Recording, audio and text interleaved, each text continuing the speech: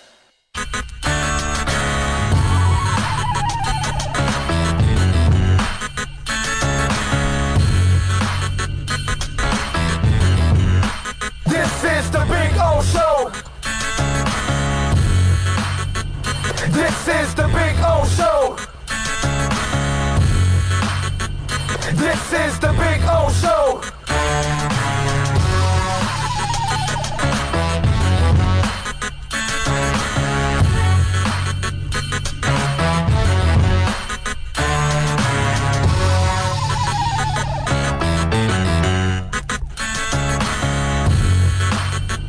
This is the Big O Show. This is the Big O Show.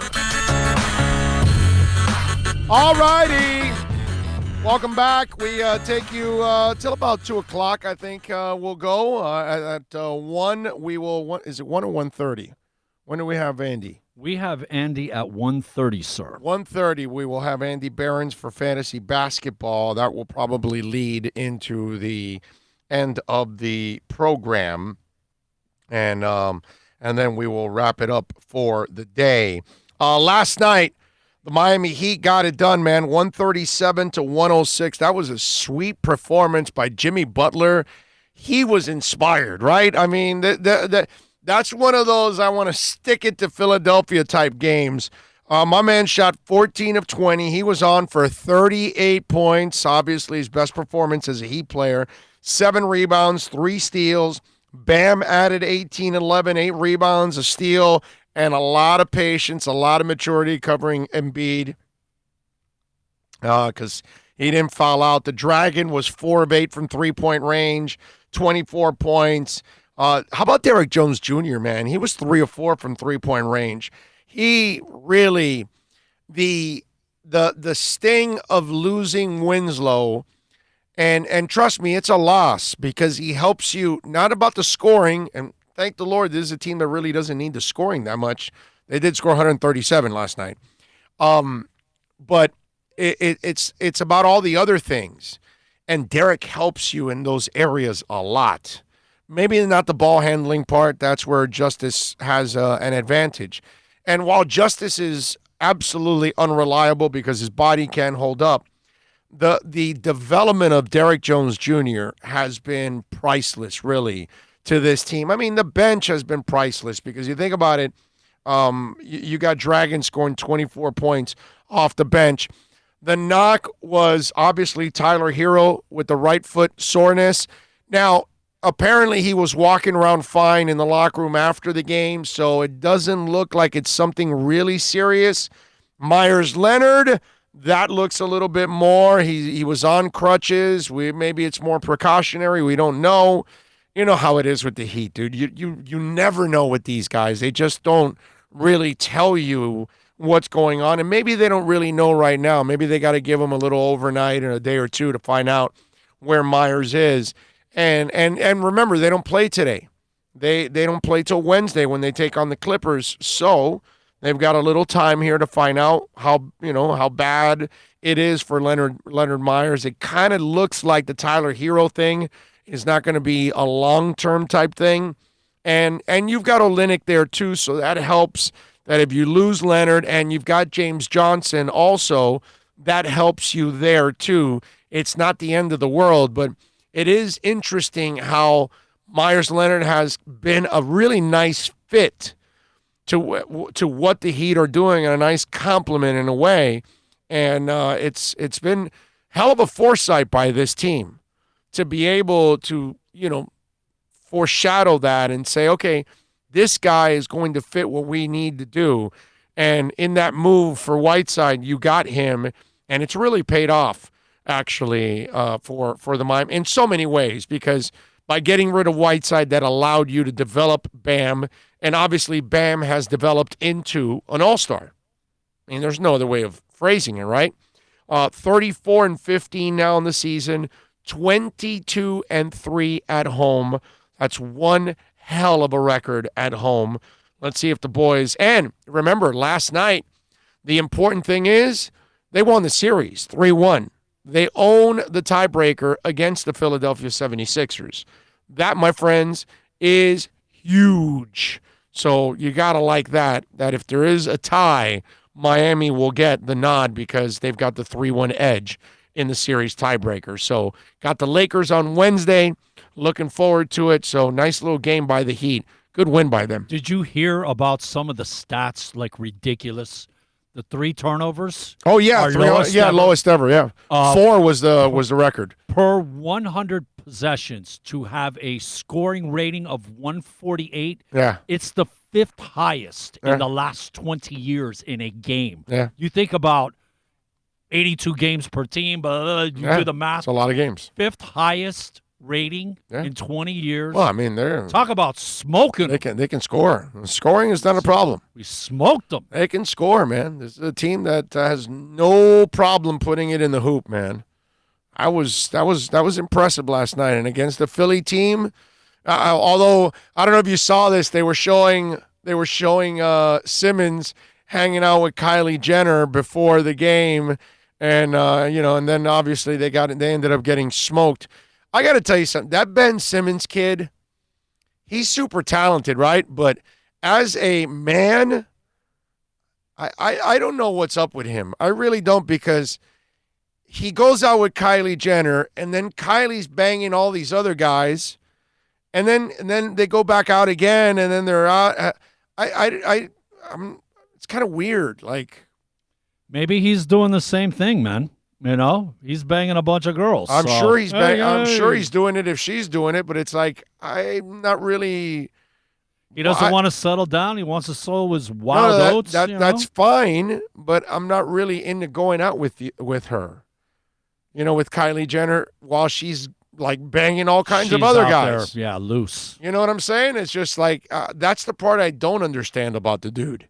Like, he keeps going out with her, and then there's been like moments, supposedly where they're going out, and then they break up, and she's the next day with some other dude somewhere, and it's like it's the weird that like she has no loyalty to him, and yet somehow or another he's always going back to that.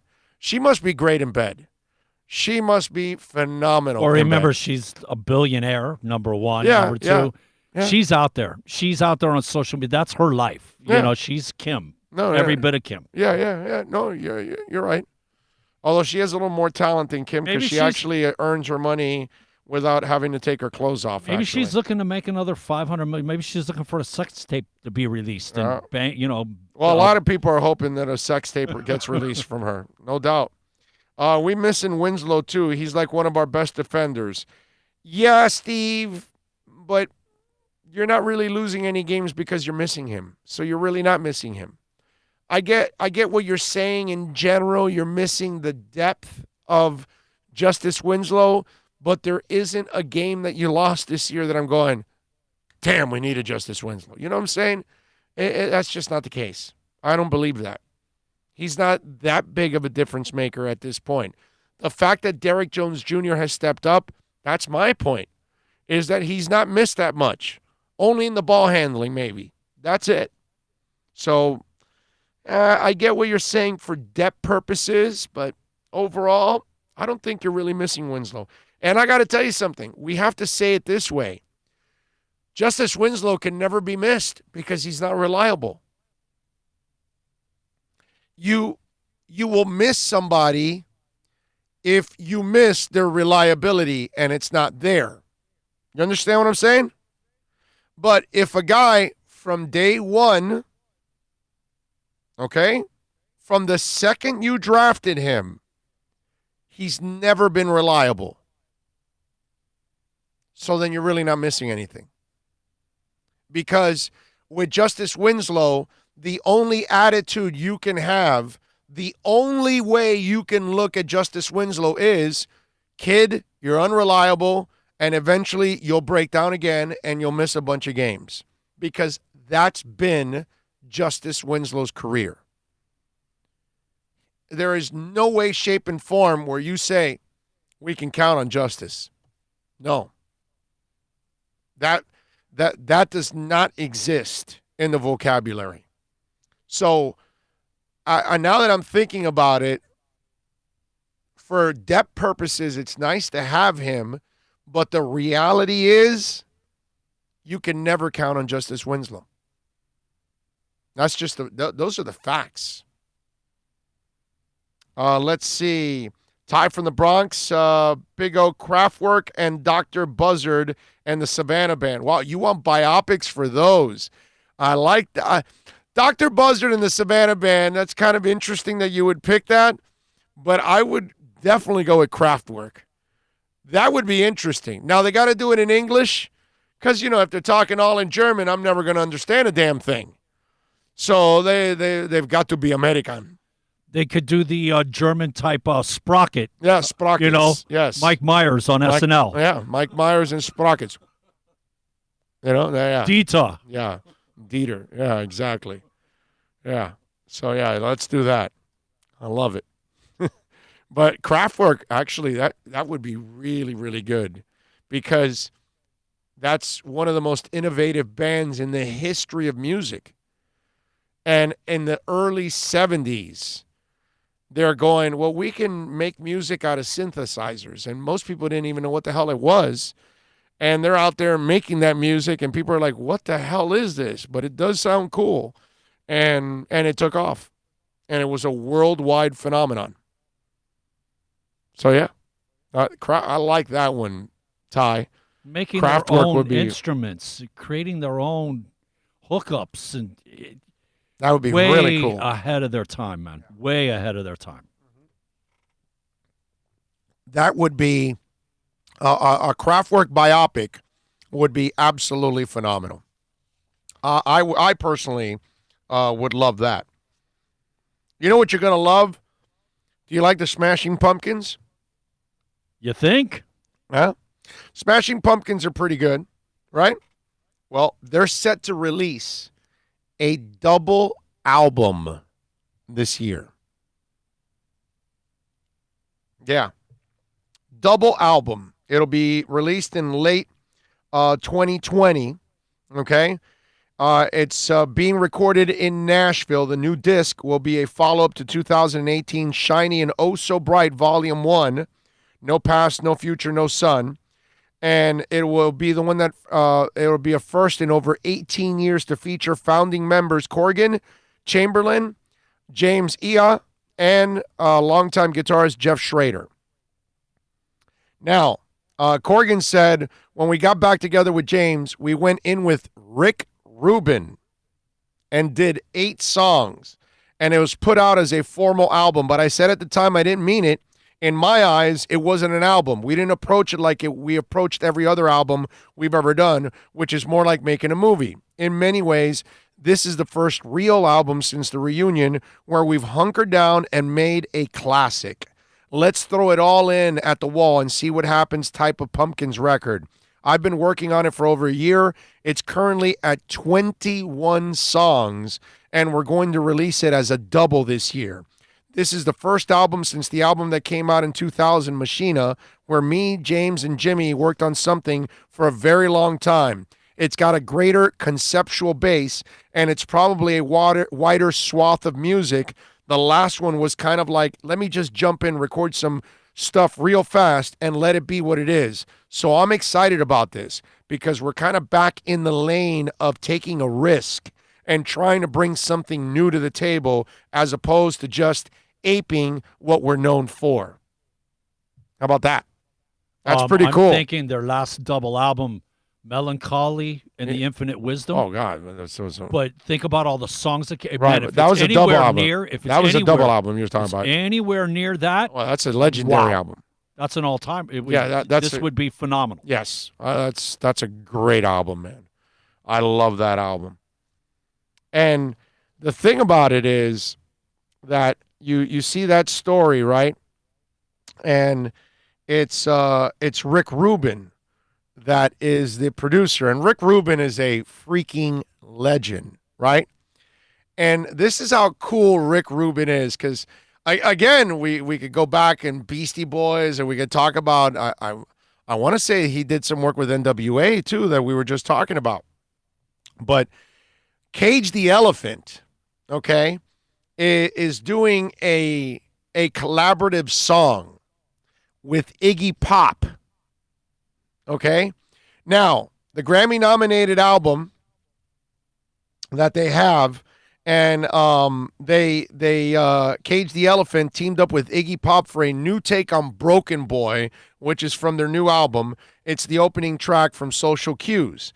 Now, Cage's Social Cues comes up for the best rock album at this year's Grammys, while Pop is one of 7 artists receiving Lifetime Achievement Grammy Awards. Together, they've collaborated on a new version of Broken Boy. The song is essentially the same as it appears on the record, only now the godfather of punk's distinctive vocals get to take center stage for a verse. Cage is a super high energy outfit living the rock dream, so a couple of fun minutes.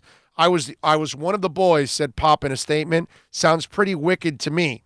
Well, the idea behind all of this, by the way, is that they are also working with Rick Rubin.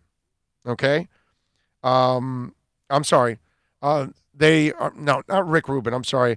That this is the kind of stuff that you would have Rick Rubin work on. You know, Cage the Elephant and Iggy Pop and bring them together. This is something that some crazy off the wall, like who's with what? Right. No. Right. And that's that part you see and you're like, holy crap, this is Cage the Elephant and Iggy Pop together.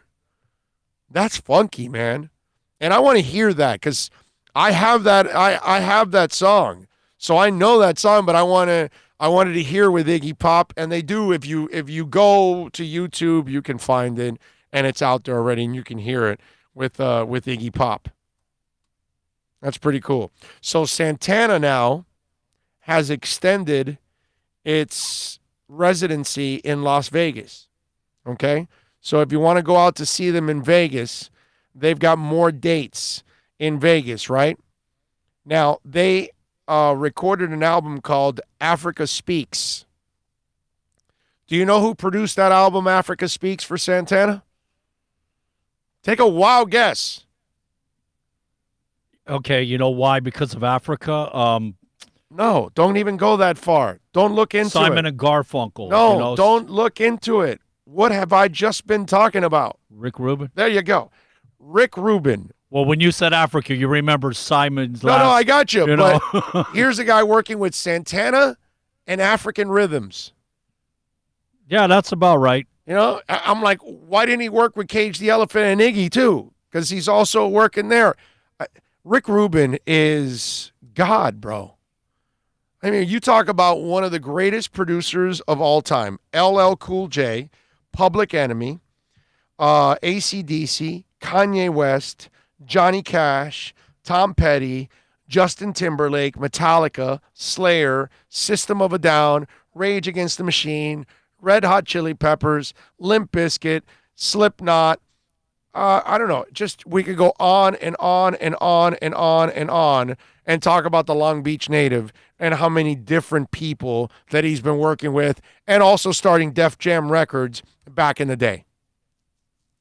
I mean, that's amazing, dude, how Rick Rubin is used for anything and everything out there. He's respected at a level that is just absolutely sick. There's no genre off limits. Nothing. Everybody. He's worked with U2.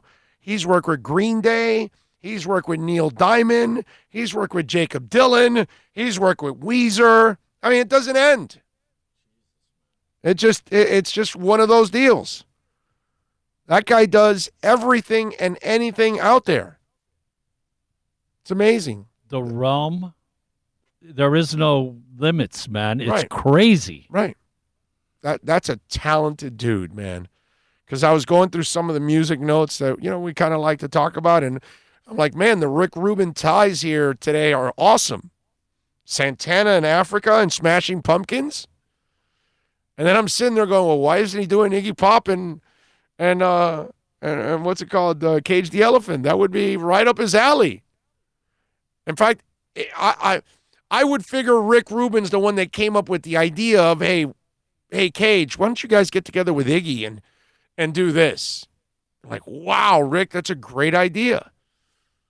That's why I wanted to weave that one in there because I'm going like, why didn't he do this too, man? And that's impressive, man. Why stop here? Keep going. Go to Africa. Yeah. So just in case, if you want to go see Santana, he's extended his residency there in Las Vegas, which is really, really cool. Are you surprised? No. He likes to jam. So if he can jam for a while, he'll keep jamming. And this is the thing, like we know, man, if you go and you cheer, that guy will play and play and play. People know that. Yeah. So you're going to, like, if you've ever seen Santana, and you're going to want to go. Yes. It's worth it. Yeah. No, I'm with you. All right, 786-322-1105 is the accidentlawfirm.com text line, 786-322-1105. Still got to talk about somebody that got out of hand at the Super Bowl. What else do I want to talk about here on the program besides the person that got out of hand? Got to talk a little Panthers.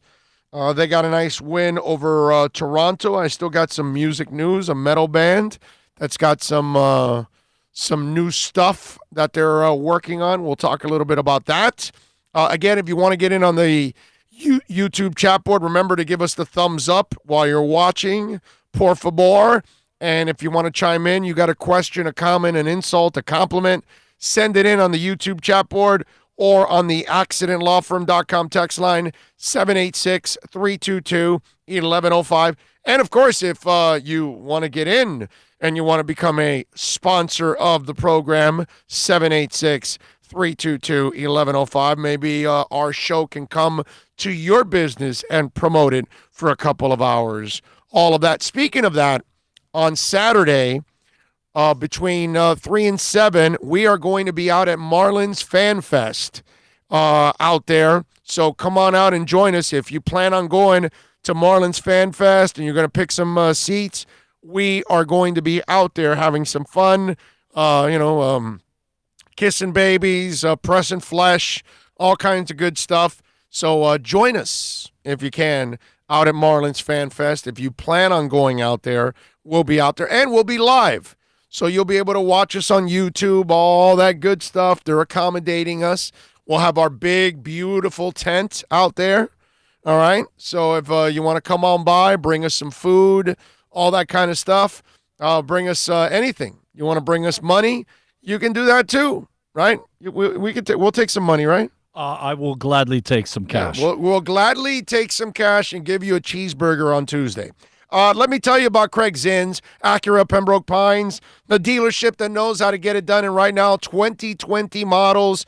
ILX is $209, TLX $249, RDX $339, MDX $349, only $29.99 do it signing, plus tax tag and registration, folks. Hey, listen, tell them that Big O sent you, and I promise you they're going to take care of you at the finest dealership out there. Check out the fleet of certified pre-owned vehicles, and if you own or lease a vehicle, the best service center out there with Mike Chan and Jordan Ferber. There is no better Acura dealership in the country than at 15601 Pines Boulevard, just off of I-75 in Pines. Finest dealership in the business, baby. It is Craig Zins, Acura of Pembroke Pines. The world's biggest band is coming twice.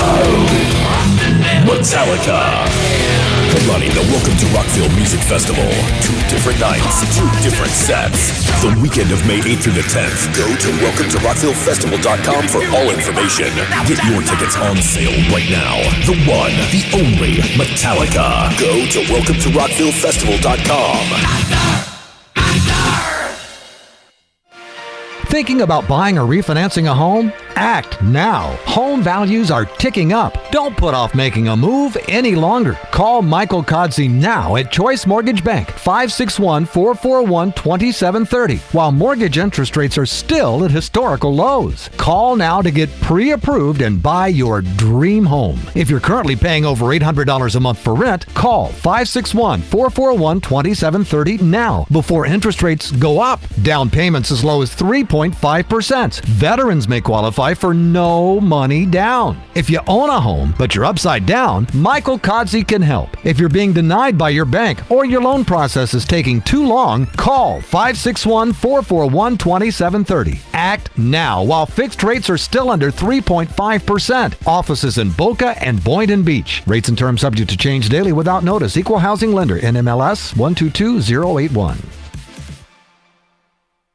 No one expects to get into a crash, but I expect you to go to accidentlawfirm.com if you do. Make sure when hiring a driver, you go through a rideshare app so that you can be covered by the insurance, which can be up to $1 million whether you're a passenger or a driver. In other words, don't try to save a few bucks by paying cash instead of going through the app. I'm attorney Bobby Nunez from Nunez Law in Miami, and we're here to help you through the process. Go to accidentlawfirm.com for a free consultation from me, Bobby Nunez. That's accidentlawfirm.com. Plus tax, tech title. It includes $8.99 dealer fee on approved credit offers and 11/10/19. Over 1,500 Toyotas are on the ground, and truckloads of new 2020 Toyotas just keep on coming. To eliminate all 2019 models, Toyota of Hollywood is holding the ultimate 2019 model year changeover event. Make us an offer, any offer, and you can buy a Toyota at up to 50% less than their original MSRP when new and used. 50% less. A pre-owned 2019 RAV4, not $30,000, $19,775. A pre-owned 2019 Camry LE, not $26,000, $17,775. A pre-owned 2019 Corolla LE, not $22,000, $12,775. Pay up to 50% less at Toyota of Hollywood, the #1 volume Toyota dealer, based on total retail sales of new Toyotas in the Southeast region for 2014 to 2018 per SET, on 441 between Hollywood Boulevard and Sheridan Street. Open till midnight. Metallica. Headlining the Welcome to Rockville Music Festival. 2 different nights, 2 different sets. Go to welcometorocvillefestival.com for all information. Get your tickets on sale right now.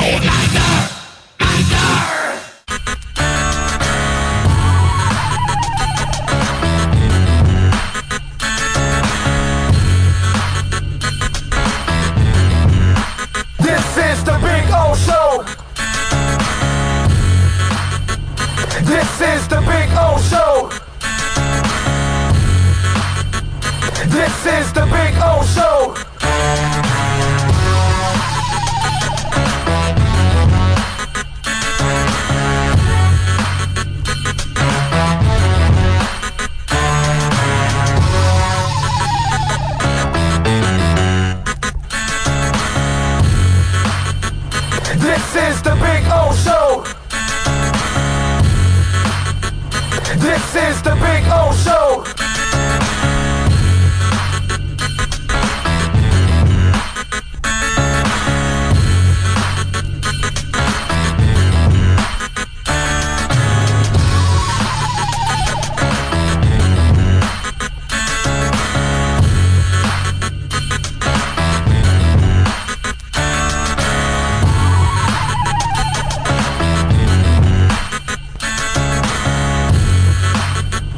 This is the Big O Show. This is the Big O Show.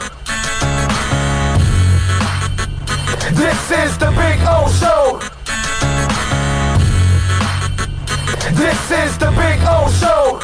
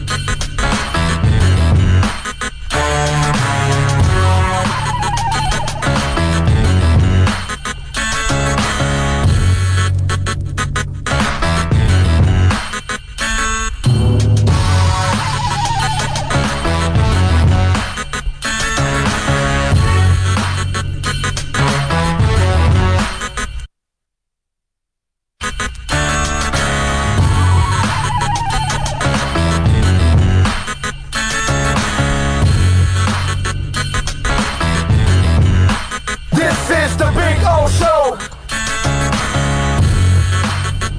This is the Big O Show.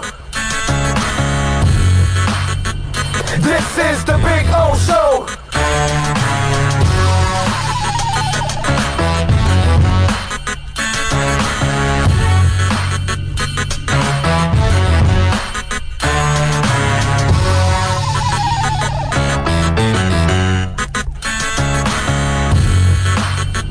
This is the Big O Show. This is the Big O Show.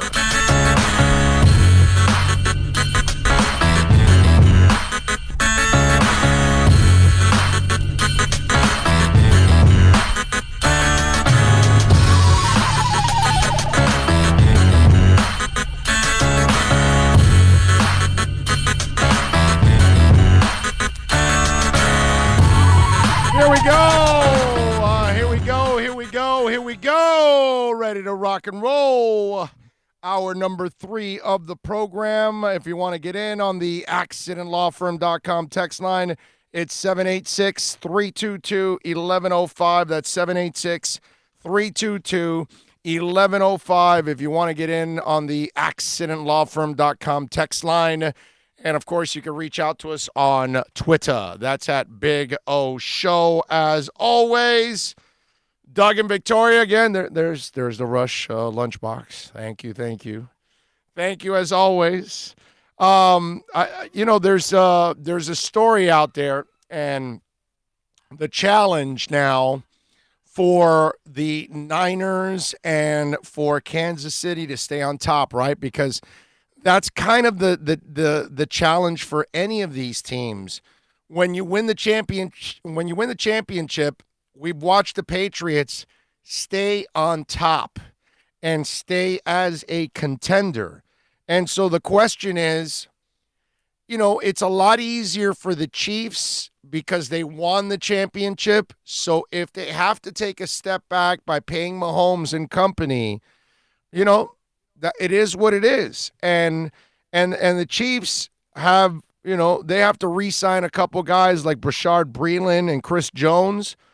The Pat Mahomes thing, he's only got a $5 million cap number this year. So it'll probably go up slightly. And then the following year, it completely goes up because they'll back end the signing bonus that they give him.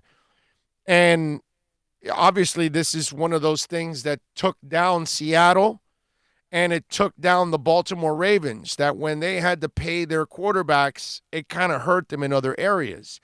But with Kansas City, you won the title. So there's a lot less pressure on you. Now on the San Francisco side, you've got Eric Armstead, the defensive end that you've got to re-sign. You got to re-sign the safety Jimmy Ward. You got to re-sign Emmanuel Sanders, the wide receiver. You got a lot of things that you got to keep together in that roster. Plus, Jimmy Garoppolo has got a cap hit of $26.6 million. Now, the Niners can save 22.4. And remember, earlier I played a soundbite for you from Dan Graziano talking about the possibility of Tom Brady going to the Niners. The way the 49ers build their contracts allows them to change course midstream if they decide to change the plan, upgrade at a position. And Jimmy Garoppolo's contract is no exception. There are 3 years left. Not a dollar of it is guaranteed. As of April 1st, $15.7 million of his $23.8 million salary this year becomes guaranteed. But April 1st is 2 weeks after the start of free agency, and it's no coincidence that the 49ers do their deals with that date as the trigger. So if Tom Brady wanted to go there, if the 49ers decided that Jimmy Garoppolo wasn't the guy, that they were a better fourth quarter quarterback play away from winning the Super Bowl 2 days ago, they could move on from Jimmy Garoppolo, owe him no more money, and replace him at quarterback. Now, can you imagine if that really happens? Because, all right, you're San Francisco. You got to get back there. You got to try to maintain. You got a huge cap number with Jimmy Garoppolo. What if Tom Brady comes in and says, give me $7-10 million. I'm good. Just make sure you pay everybody else, and you got a really good team. Gisele Bündchen makes so much money. I don't need it. I'm good. Plus, I've got Hulu and all these other people paying me all kinds of money to be their endorser. So I'm going to make another $50 million on the side in endorsements just on that. So I don't need that kind of salary. So Jimmy Garoppolo's not going to take a pay cut because he needs that money. He ain't going to make the kind of money that Tom Brady has made, is making, and has Gisele Bündchen, right? I mean, Jimmy Garoppolo's banging some, slutty porn stars that, come on, they're not really rich.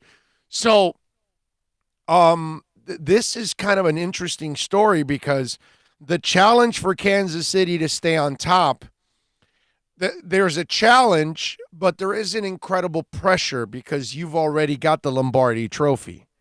If you're San Francisco, you've got to find the right balance because there's a window of opportunity, and then eventually the window closes.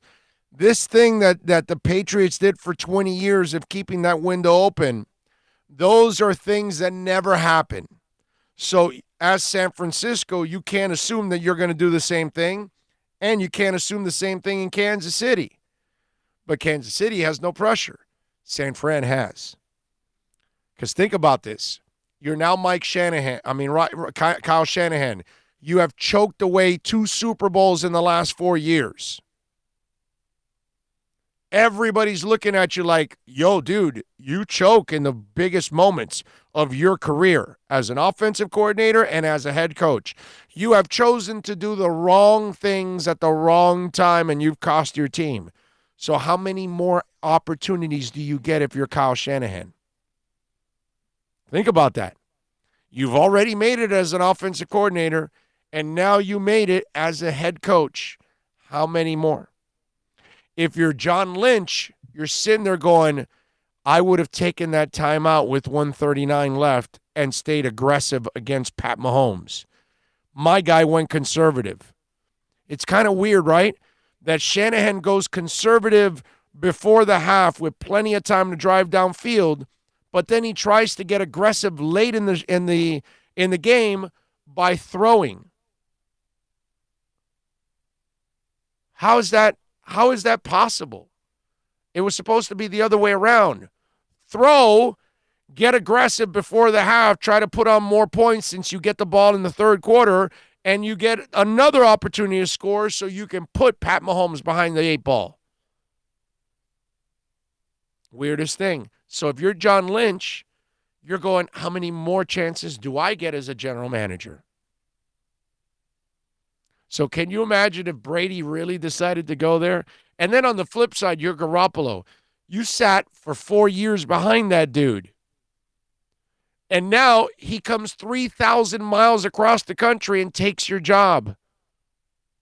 Man, that would be a bitch. Holy crap. And if I'm Garoppolo, that would be, brutal, okay? And look, Derek Carr has to live with these rumors all the time now because everything coming out of Raider Nation is like they're dying to get rid of Derek Carr and they want to get another quarterback. And now Tom Brady's been linked to them. But if I'm Tom Brady, I'm not going to Oakland. I'm not going to the Chargers. I'm not going to play with bad owners. But I will go to San Francisco. Not that the Yorks are great owners, but they finally figured it out with Lynch. And Lynch is running the show. Okay, I'll trust him. Plus Lynch is a great player in his own right. So Tom Brady and Lynch will have a lot in common when it comes to, understanding greatness, understanding the moment that, hey, there isn't a lot of time to screw around here. And you think about it, you might have a better chance of winning a championship in San Francisco than anywhere else if you're Tom Brady, even New England. You just show up and you tell them, hey, Jimbo, we're just going to continue your tutoring, buddy. Yeah, well, yeah. We're going to finish. We obviously didn't get to the fourth quarter of your tutelage. Yeah. We'll finish up with the fourth quarter, sit back for a year or two. Yeah, unfortunately, that's not going to happen at $26 million. They're not going to let him sit there. They will cut his ass and save $22 million. Jimbo, here's the door. We got Brady. Yeah. You understand? So that's all it is. So that's why this whole thing this story comes out, about having to stay on top now, because that's the challenge for Kansas City and for San Francisco. But it's two teams that, in order to stay on top, there is a different level of desperation. There's actually none in Kansas City. It's just the challenge of trying to stay on top, whereas San Fran, there's a desperation. Because if you don't take advantage of this window, it closes on you, and you don't know when it opens again. You're not exactly sure. And if you're not sure that Garoppolo's the guy to get you over the top, then maybe that crazy idea of going after Brady does make sense. And if Brady comes in willing to take less money, and you're saving 22 on the cap, and you only got to give him 10 because he wants you to spend it all on other players so he can get over the top. I mean, you're Brady, you're looking at a tight end. You know what he did for you in the past. Kittles can do for you. You're looking at that big-ass giant receiver, that Deebo Samuels, that can run over people pretty much. There's a lot of things to like on that team. So and that running game, you got a three-headed monster. They all run the ball. They all catch the ball. Tom Brady likes that too. He's used to having three backs in his backfield being productive. There's a lot to like there, okay? And if you feel that Garoppolo's not the guy that's going to get you over the top in the fourth quarter, then there you go. And if you're John Lynch and you're worried about your head coach and your quarterback, well, then change one of the two at least. That's the challenge of Kansas City and San Francisco to now stay on top. It's an interesting one, and it's one that has different demands. But it will be fun to watch them trying to stay up. It's a little bit easier, I think, for San Francisco because they still have guys that want to get a ring. They may be willing to take a sacrifice. The young guys from Kansas City, I've got a ring. I need to go get my money now. You know what I mean? Yeah. You're more apt to sacrifice if you don't have that ring. Yeah, but there's no pressure anymore on Kansas City. It's over. Doesn't matter. They can move on from a guy that's asking too much money because they already won the title. So we'll replace you with a draft pick. And that's it. Yeah, there you go. Right. So there's no pressure because the fan base can't demand on you. San Fran, this is your window. You lose out on this window, it's over. Or you could be like Belichick and cut Law the day before, a couple days before the season starts and let him go to Buffalo. Yeah. Yeah, you could do that. It's Lawyer Malloy, by the way. I'm sorry, Lawyer Malloy. Yeah. Same area, but yeah, lawyer. The Jags, by the way, here's a different story, and this is one where now we've got to kind of move into a different light with the Jaguars. The Jaguars have played a home game in London now for the last 7 seasons, okay? They'll be spending twice as much time in the United Kingdom in 2020. The team announced on Tuesday they will be playing 2 games in back-to-back weeks at Wembley Stadium during the 2020 regular season. That will be their designated game for both home games, by the way, for both of those. So that means if you're a Jags fan, you get 6 home games this year, not 8. I mean, it's just, Shad Khan can say anything he wants about that he's dedicated to Jacksonville and all that stuff, but he's got so much money that he'll pick up and leave at any time. And in the end, isn't that where we're headed? Aren't we headed in pulling out the team from Jacksonville? A city that is not made for an NFL team. It's too small a city to be supporting any pro franchise whatsoever. And we just got to get to that point already. Let's just admit it is what it is. Jacksonville's a nice little town, but it's not a major metropolis. It doesn't have really corporate and the kind of money that you really need for pro sports in a big-time way in today's world. So let's just stop screwing around here. let's just get to the point where we start to relocate and expand or whatever we're going to do. I've told you guys we've had this discussion before. If you go to Europe, place 2 teams there. We're setting it up already. For Christ's sake, they've played 7 straight years of 1 game there. Now they're going to start playing 2 games there. So now you only have 6 home games. Come on, man. So as a Jag fan, my question would be, are you prorating my tickets? Right. Well, am I getting paid? Am I only paying for 6? Yeah, of course they are, bro. Of course they're doing that.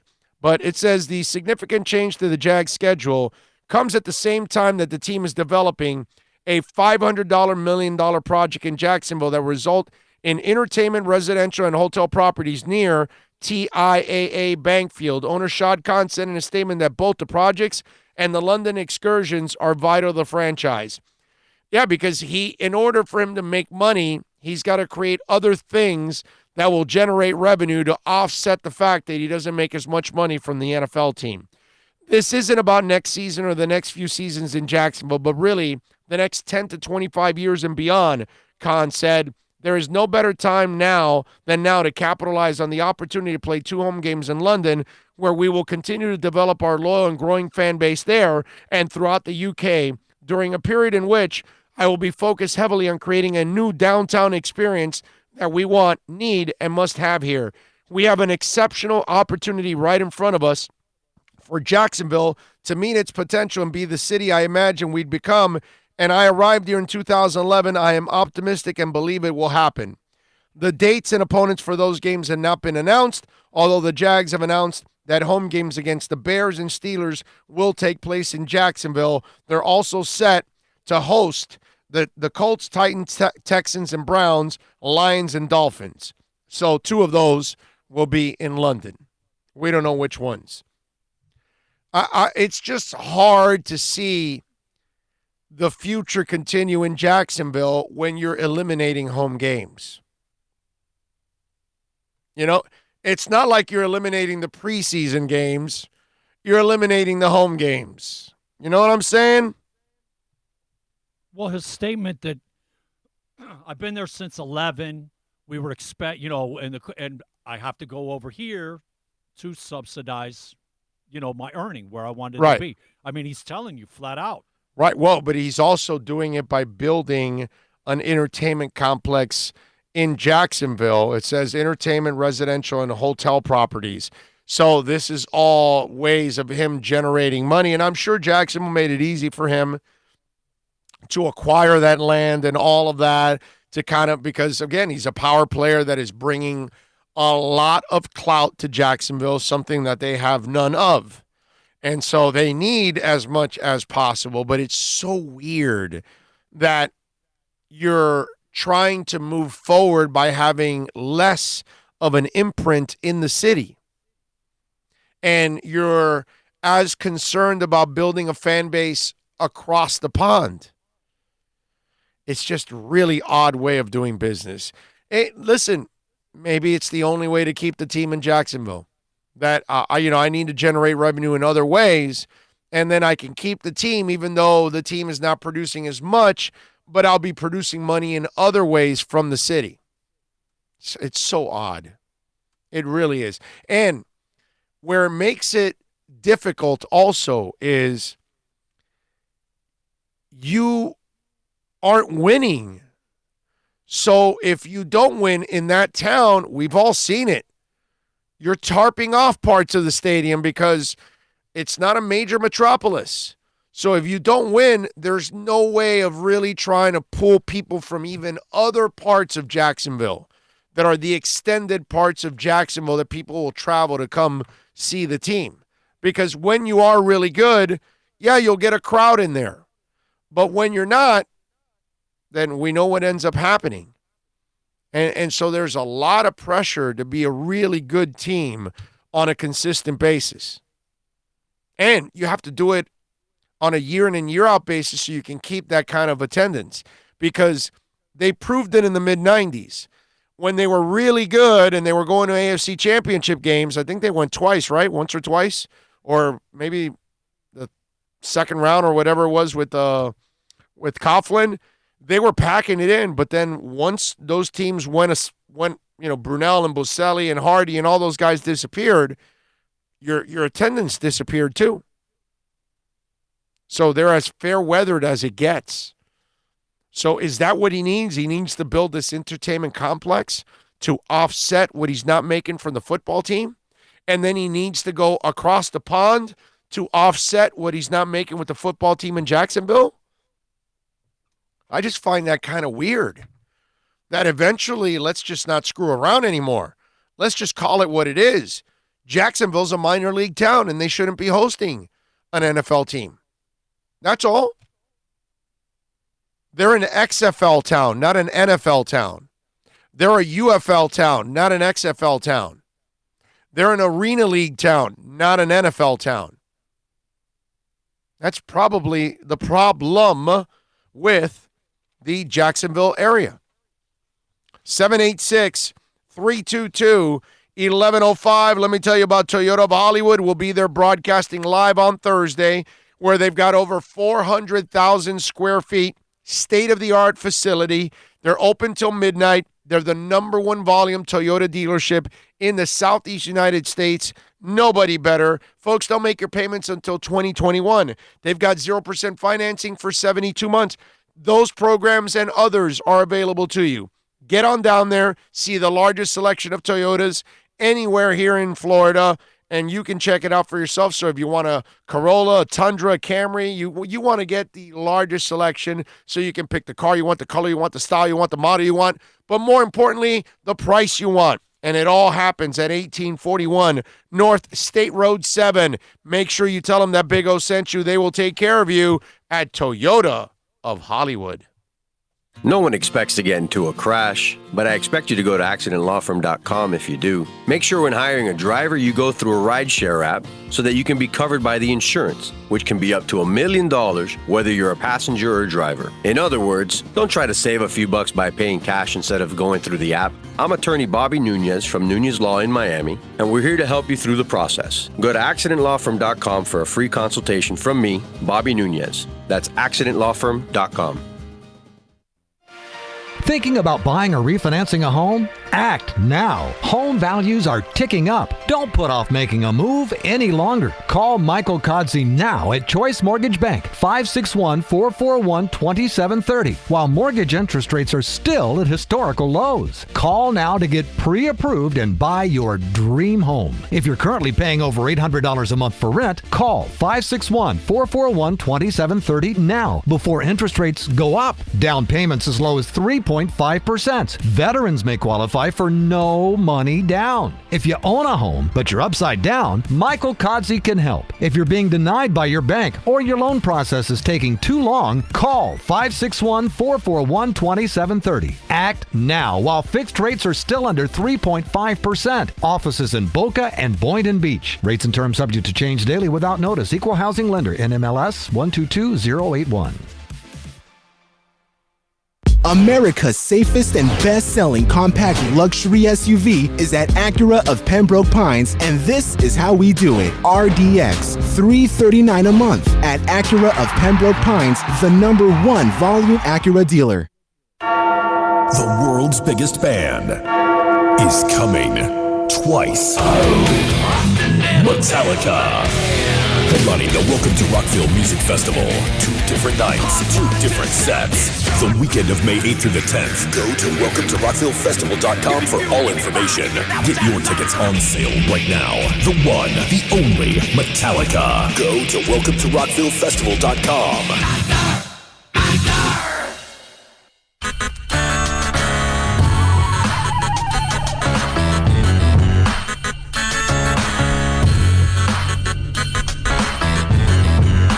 This is the Big O Show. This is the Big O Show. This is the Big O Show.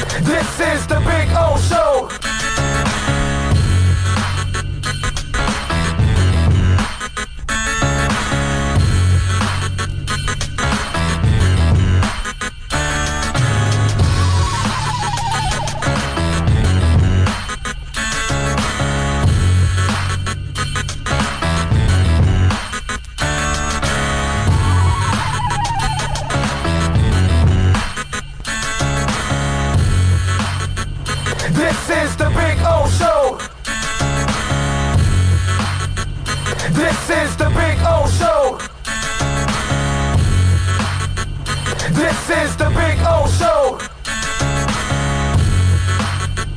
This is the Big O Show.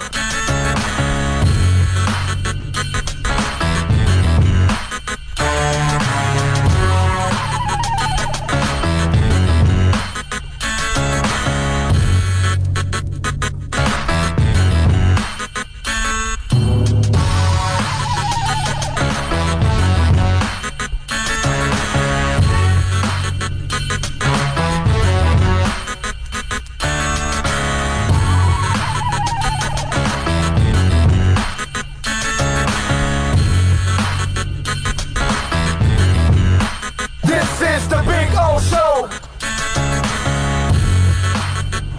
This is the Big O Show.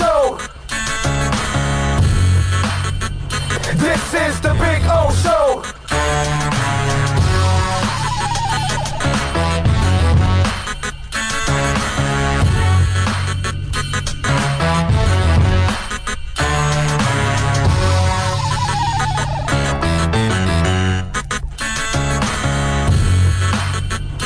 This is the Big O Show.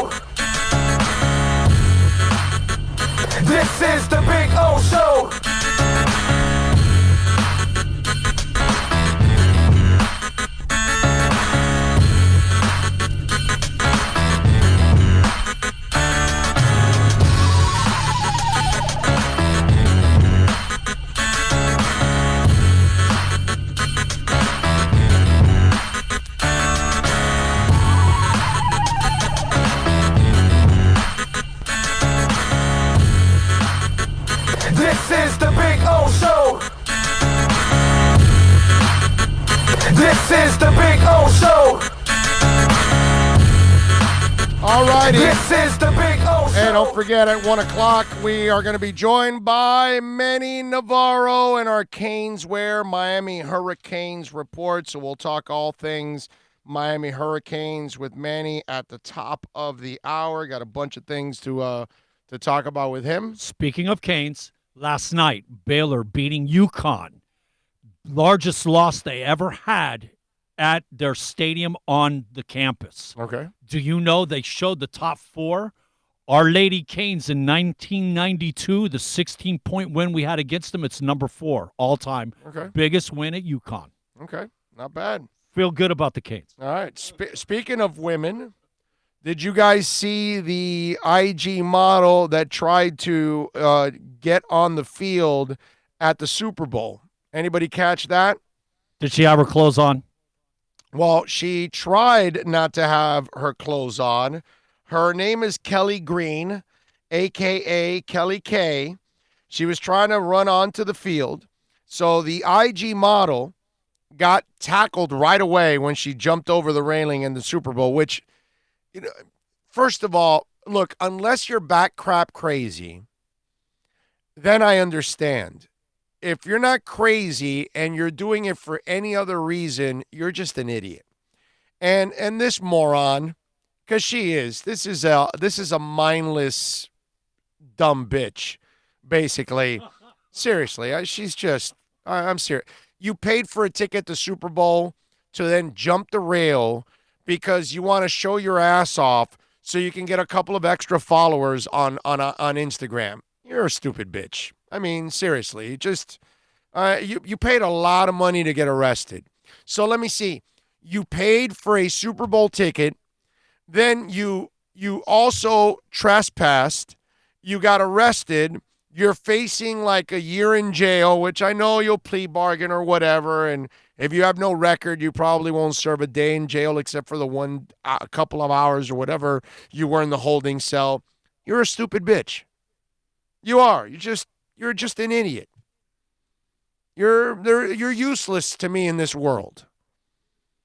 And then your mindless ass, and apropos, by the way I called it a mindless ass, as she's arrested and walking into the tunnel, she lifts the back of her skirt to show her ass.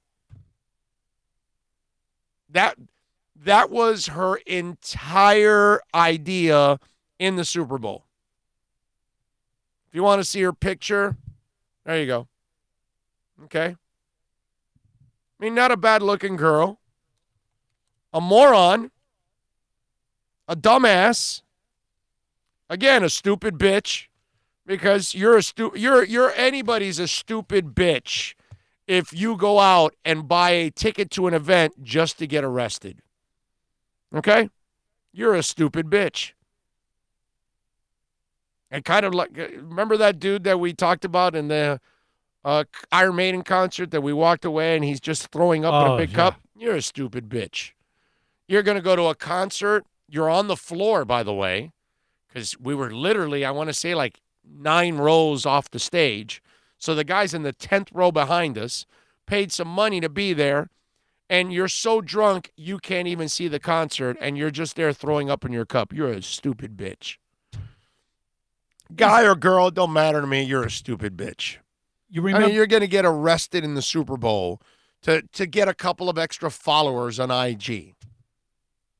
You've seen that guy over there in Europe that does that, and he's got the girlfriend. Right. Is she one of the cups over there? Right, yes. You know, and that's what they're all about. Right. Is making that big splash so everybody sees them and show their ass. Right, exactly. But there's no talent here. You know what I mean? At least when, what's his name? Mike Portnoy does it for Barstool Sports. Okay, he's a talent. He's a host. He does all that stuff, and he's doing crazy stuff to kind of bring attention to Barstool, and obviously he's done it. But there's a method behind that madness. You know what I'm saying? This is nothing. I mean, you're jumping. Again, you paid a lot of money to be in that. Hell, to even get close to the rail, you must have paid a lot of money for that seat. The rail you jumped over and then got arrested immediately after, and that's it. It goes, this is the story on TMZ. It says a smoking hot model with a massive following was arrested during the Super Bowl on Sunday. The stupid bitch hopped over some railing, tried to run onto the field and flash her ass. You can see in the video of the alleged incident, Kelly Green, a.k.a. Kelly K, was tackled by security before she really could make a scene during the game. She still managed to show the crowd her butt while cops were taking her away, and you can see it in the footage. Fans were loving it. Cops clearly didn't think the scene was funny, though. They straight up arrested her and charged her with misdemeanor trespass. She was booked and forced to take a mugshot at the station. The 27-year-old has 250,000 followers on Instagram and released Monday and posted a poolside video bragging about getting out. Young jailbait out of jail, she said. Fresh out of the pen, fresh out of Dade County. What?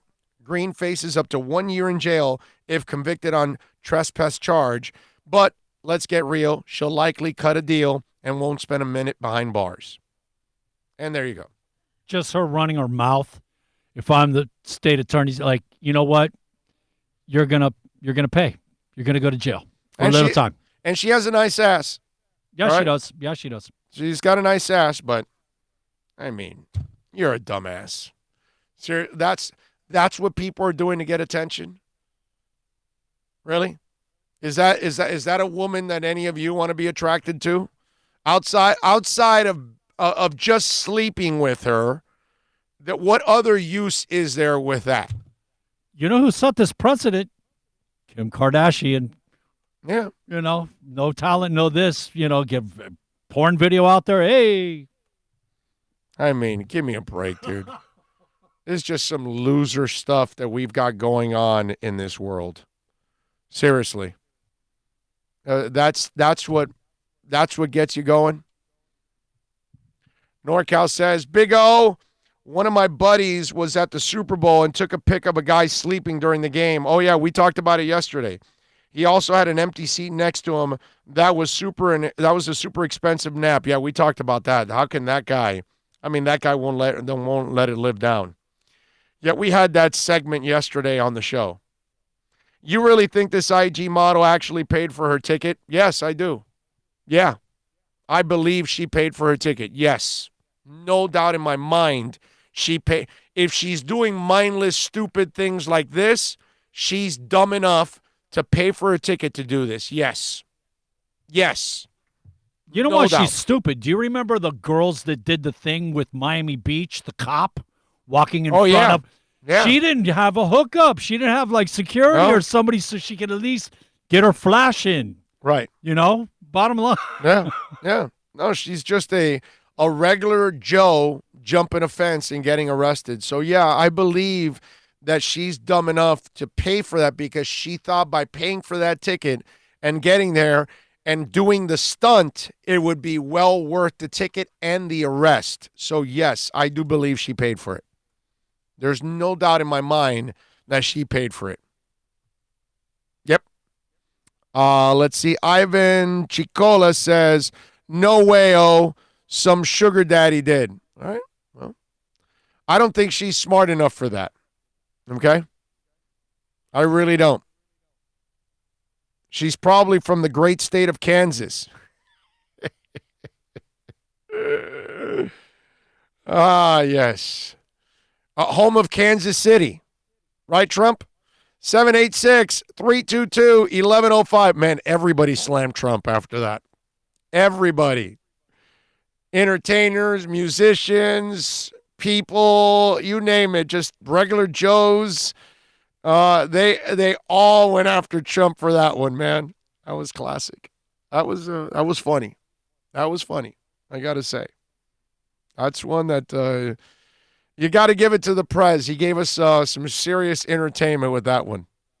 But you know what? Presidents have done that over the years. And it doesn't matter the political standing. I don't really care, Democrat or Republican. But both over the years, I mean, I've been around long enough to watch, Ford fall off stages and just watch different presidents of Reagan babbling and Bush saying, the younger Bush saying crazy stuff, but Bill Clinton telling us that he didn't inhale. I mean, we could just come up with so many between the Democrats and the Republicans, that they've done all kinds of screw-ups, and every president does stuff that becomes entertaining for us. And Trump did his share there. That got everybody going. I missed that one. What did he do or say? Oh, he congratulated the Kansas City Chiefs. He said that the Kansas City Chiefs made the great state of Kansas and the country really proud. Only problem is they're in Missouri, but, he kind of got his states wrong, and he had, Kansas City and Kansas and all that stuff. So, it's, you know what I can tell you? It's just one of those, like, anybody makes that mistake that you're famous, you're going to get railed on, man. And he got absolutely walloped by everybody on that. And you should. I mean, that's kind of the mistake that you should, when you make that, you're gonna pay the price, man. People are gonna laugh at your ass when you say something like that. So yeah, it was funny. It was entertaining. It's still not more entertaining than Bill Clinton telling me that he didn't inhale. Okay, that one's still more entertaining to me. All right, that one was really funny because there's no. At least what Trump did was a dumb mistake. You know what I mean? With Clinton, you're just like flat out lying to me. You know what I'm saying? You know what I mean? Like, okay, I'm supposed to believe that, you moron? Sure. Let's see. What do we have here? Knicks are stupid again. LOL. Thank goodness I'm a Heat fan. Oh, because they parted ways with the GM. Whatever, man. It doesn't. You know what? When it comes to the Knicks, it really doesn't matter anymore. It hasn't mattered for a long time. Didn't matter if you brought Phil Jackson on. It doesn't matter what you put there. You're not going to succeed with James Dolan in place. You have to understand that. And so it really doesn't matter who they keep, who they draft, who they have their coaching, who's their GM. As long as Dolan is the owner, he will meddle, he will screw around, he will not have patience, and he will bury his franchise over and over and over again. Okay? Talk about a stupid bitch. That's a stupid bitch right there, James Dolan, at least when it comes to basketball. I get it. He must be smart in business somehow because he's making a lot of money.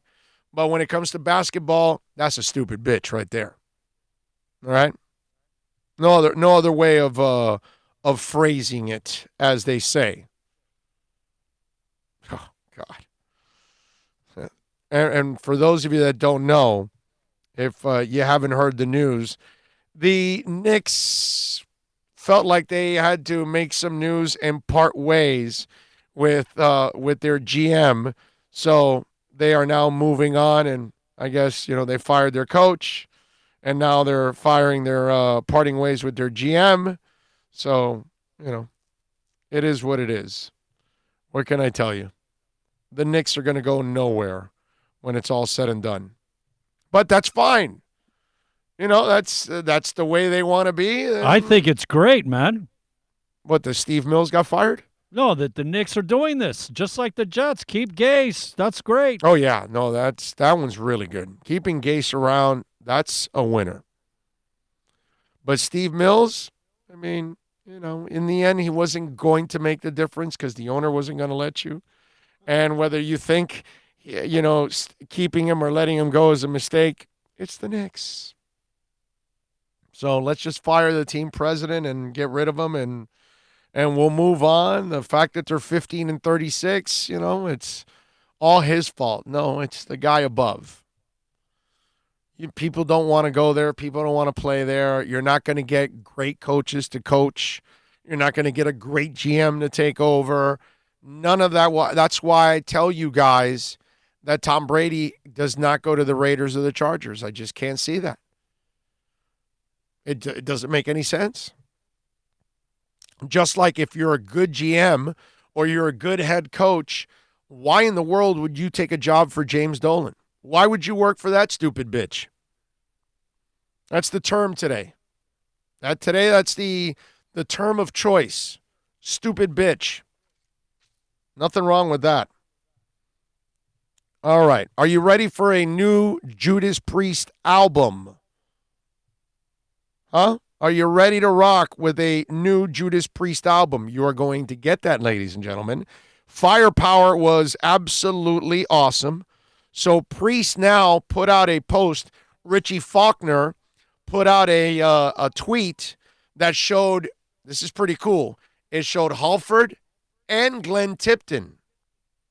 I like it because as those of you that follow it, Glenn Tipton has gotten or has Parkinson's disease, and so he kind of only took a small part in the last tour where he showed up on certain dates for the encore. I was blessed to see him twice here in Fort Lauderdale at Hollywood at the Hard Rock, and then in San Antonio, and he came out both times. But they showed a really cool picture. See, Faulkner along with Tipton and Halford. And it says, guitarist Richie Faulkner, who replaced KK Downing in 2011, broke the news on Twitter shortly before 11 last night, sharing a photo of himself sitting next to Rob Halford and Glenn Tipton in the studios. Richie wrote, "Giving birth to new metal babies, hashtag Judas Priest writing sessions 2020 with Grandmaster Tipton and the MGRHRF DOTF." And then, of course, is Rob Halford. The trio co-wrote songs together on Priest's last two albums, Redeemers of Soul and Firepower. Firepower is so good, man. It is really an excellent album. So Halford confirmed it. New Priest album definitely on the way. Speaking to Australia's May, The Rock Be With You, Rob said that they wanted to keep up the ante following the following Firepower. He says, all this incredible acclaim, critical acclaim from our fans, it's a boost more than anything else, Rob said. It gives us inspiration, the motivation to keep going into the metal future, as we call it. We're very grateful. So there you go. He goes, the fact that Judas Priest is on a roll, we're on fire with this music, and the reaction, the support from our fans and everybody is what gives you that thought of what would happen if we wrote another song, then another song, then an album. We might as well go out on tour again. It's a lot of things combined that really still keep us active and keep us to what's next to be done. So I love the fact, by the way, that Tipton is still a part of it. That's pretty cool. Faulkner has been one hell of an addition for Judas Priest. I just read, by the way, where KK Downing is putting together a band, and he now has the itch to get back on stage and tour. It's funny that the guy didn't have the energy or ran out of the interest of playing with Priest, and then Priest kept going, and now he wants to go on his own, and it's just so weird, man. Well, remember, he kind of bitched and complained about that, remember? And it was like, you're the one that left, man. What? Come on. Yeah, but then he says he left because he was the only one with energy and nobody else had. Well, dude, I watch them on stage every time they come, and they're the same band they've always been. Yeah, Rob Halford may not be able to move around as much, but he still moves around, and his voice is still impeccable. And it's not like Glenn Tipton used to run around all over on stage. He pretty much stayed on one side. Hill, the bassist, stays in his spot like he always has for 40 years. I don't get it. I don't get it. Faulkner's like the showman. Actually, I think Faulkner is a better showman than KK Downing, and he's a great guitarist, too, on top of all of that. So, whatever. But there you go. There's a little Judas Priest news for you on the program. Let me tell you a little bit about Pallet Rack City. We got to talk about Eddie Pereira and all the great people out there at Pallet Rack City. Listen, if you have a warehouse and you want to straighten things out, you want to make it look better, you got boxes stacked on top of boxes, it's really hard to reach stuff, you're making it harder for your employees, it doesn't look good. You want to look good, you want to look organized, call Pallet Rack City. They've got everything. All of your warehouse needs, large used racking, the largest used racking inventory in South Florida, and they also sell used forklifts and dock equipment. It's your one-stop shop for all your warehouse needs. Tell them that Big O sent you. I promise you, Eddie Pereira is going to take care of you. Here's his phone number, 305-887-9212. That's 305-887-9212 for Pallet Rack City. When we come back, we talk a little Canes football with Manny Navarro next. Plus tax, tag title. It includes $8.99 dealer fee on approved credit. Offers end 11/10/19. Over 1,500 Toyotas are on the ground, and truckloads of new 2020 Toyotas just keep on coming. To eliminate all 2019 models, Toyota of Hollywood is holding the ultimate 2019 model year changeover event. Make us an offer, any offer, and you can buy a Toyota at up to 50% less than their original MSRP when new and used. 50% less. A pre-owned 2019 RAV4, not $30,000, $19,775. A pre-owned 2019 Camry LE, not $26,000, $17,775. A pre-owned 2019 Corolla LE, not $22,000, $12,775. Pay up to 50% less at Toyota of Hollywood, the #1 volume Toyota dealer, based on total retail sales of new Toyotas in the Southeast region for 2014 to 2018 per SET, on 441 between Hollywood Boulevard and Sheridan Street. Open till midnight. Thinking about buying or refinancing a home? Act now. Home values are ticking up. Don't put off making a move any longer. Call Michael Kodsey now at Choice Mortgage Bank, 561-441-2730, while mortgage interest rates are still at historical lows. Call now to get pre-approved and buy your dream home. If you're currently paying over $800 a month for rent, call 561-441-2730 now before interest rates go up. Down payments as low as 3.5%. Veterans may qualify for no money down. If you own a home, but you're upside down, Michael Kodsey can help. If you're being denied by your bank or your loan process is taking too long, call 561-441-2730. Act now while fixed rates are still under 3.5%. Offices in Boca and Boynton Beach. Rates and terms subject to change daily without notice. Equal housing lender. NMLS 122081. No one expects to get into a crash, but I expect you to go to accidentlawfirm.com if you do. Make sure when hiring a driver, you go through a rideshare app so that you can be covered by the insurance, which can be up to $1 million whether you're a passenger or a driver. In other words, don't try to save a few bucks by paying cash instead of going through the app. I'm attorney Bobby Nunez from Nunez Law in Miami, and we're here to help you through the process. Go to accidentlawfirm.com for a free consultation from me, Bobby Nunez. That's accidentlawfirm.com. America's safest and best-selling compact luxury SUV is at Acura of Pembroke Pines, and this is how we do it. RDX, $339 a month at Acura of Pembroke Pines, the #1 volume Acura dealer. The world's biggest band is coming twice. Metallica. Headlining the Welcome to Rockville Music Festival. 2 different nights, 2 different sets. The weekend of May 8th through the 10th. Go to welcometorockvillefestival.com for all information. Get your tickets on sale right now. The one, the only Metallica. Go to welcometorockvillefestival.com.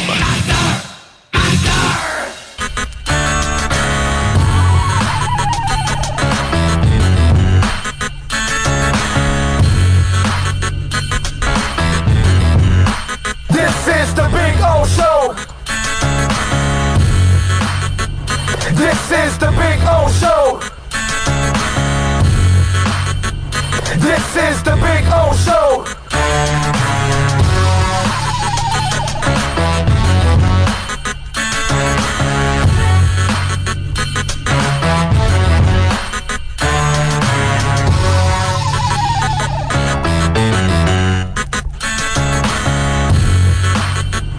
This is the Big O Show. This is the Big O Show.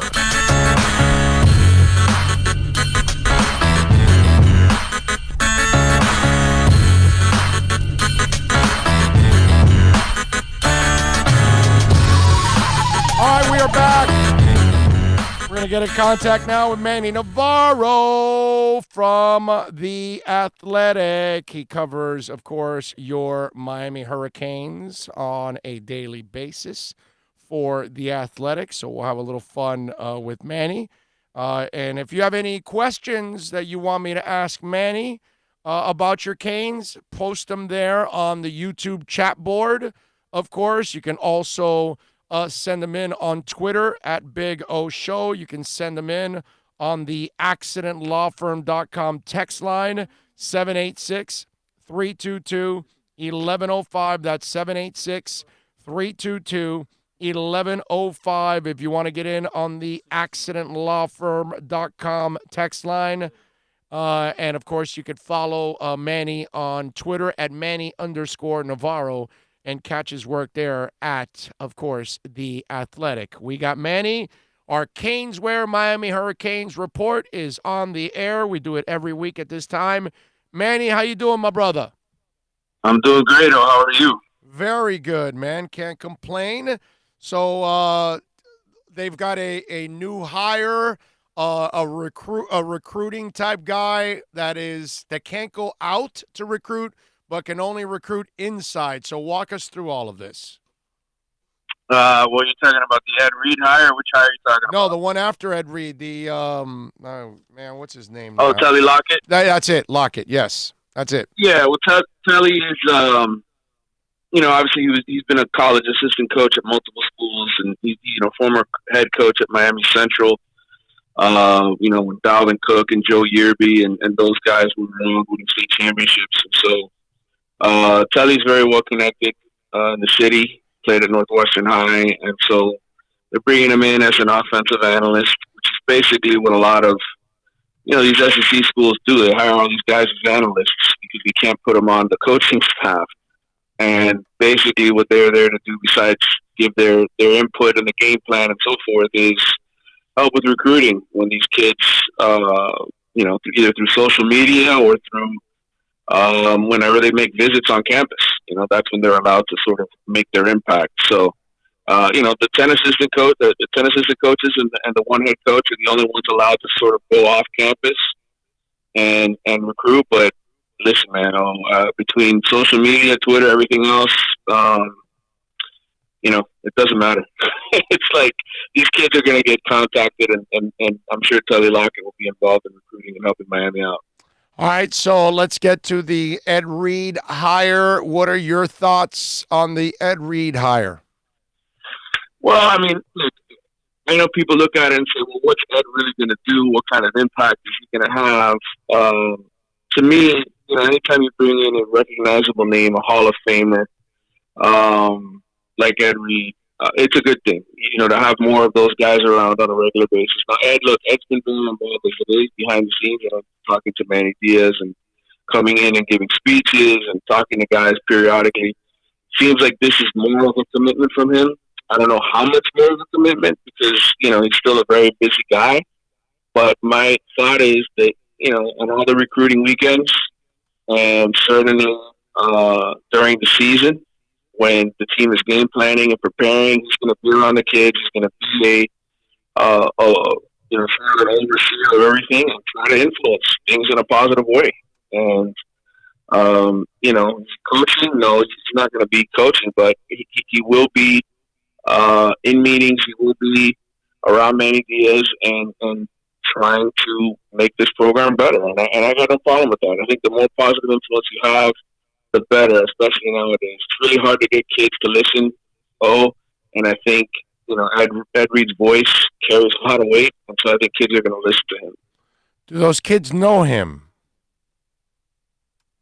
Yeah, they know him. There's no doubt. They know him, and he's been around, and, it's just different when you're given a title, too. I mean, when you're the former player who just kind of comes back every now and then, and, you hang out, hey, that's Ed Reed, that's cool, it's good to see Ed. But now that he's given a title, and he's going to be around more, I guess it's going to carry more weight than it did before. Is Miami going to win a national championship because Ed Reed is shutting down staff? No, that's not what I'm saying, by any stretch of the imagination. But I certainly think it helps. And look, the whole problem that Miami has, aside from the fact that they're not recruiting players like they used to, they're not producing a bunch of NFL first-rounders and winning on the field. Besides all of that, there is a culture issue. There is an issue of a lot of these kids leaving early for the draft, not having any other seniors around to leave. I think if Ed can be an influence on the leaders of this team and sort of set a positive example, that only reinforces what Manny Diaz is trying to get across to them. In the end, it's all on the head coach. The head coach has to get this right. He has to lay the foundation for culture, etc. But hiring Ed Reed, there's nothing wrong with that. And I think people need to sort of look at it that way is the way I would say it. Right. Now, how about this? The other thing that I was thinking about is that when you look at the Ed Reed hire, is the Ed Reed hire more about Manny hiring a guy that is legitimately there to help him instead of the Alonzo Highsmith hire that might have been the guy to oversee him? Is that the difference in these hires? Yeah, absolutely. I mean, I think that's the way that position was always viewed was, the board of trustee members and the people with power at Miami who were pushing for Alonzo to get hired. It was to be sort of a general manager type role. And this is what Manny wanted, which is a guy who is not going to have that say over his job. Somebody who's going to come and support him. So, yes, I think that's the difference between Alonzo Highsmith and Ed Reed and the position of what they're doing. Listen, I got to give Manny a lot of credit here, okay? Because as critical as we were during the regular season, and we should be critical of him during the regular season because they were a disaster and they were unprepared. I'll give him credit, dude. He attacked pretty much every weakness that they've had or everything that you can question. He's tried to better everything possible, from the quarterback to the kicker to the offensive coordinator, adding a pass rusher, more talent. I mean, if things don't get better, then I don't know how the hell they get better, because I give him credit. At least he addressed their issues. Yeah. I mean, listen, that's what a head coach is supposed to do. I mean, we can look back at an example a couple of years ago. Everybody knew that the defense was the issue, but Al Golden never followed Moulton off it. How many years did they stay in that defense even though everybody knew that schematically what they were trying to do, putting weight on guys and playing this 3-4 system, was a huge mistake. And Golden stuck to his guns and he never made the change, and ultimately it cost him his job. Manny's kind of gone the complete opposite.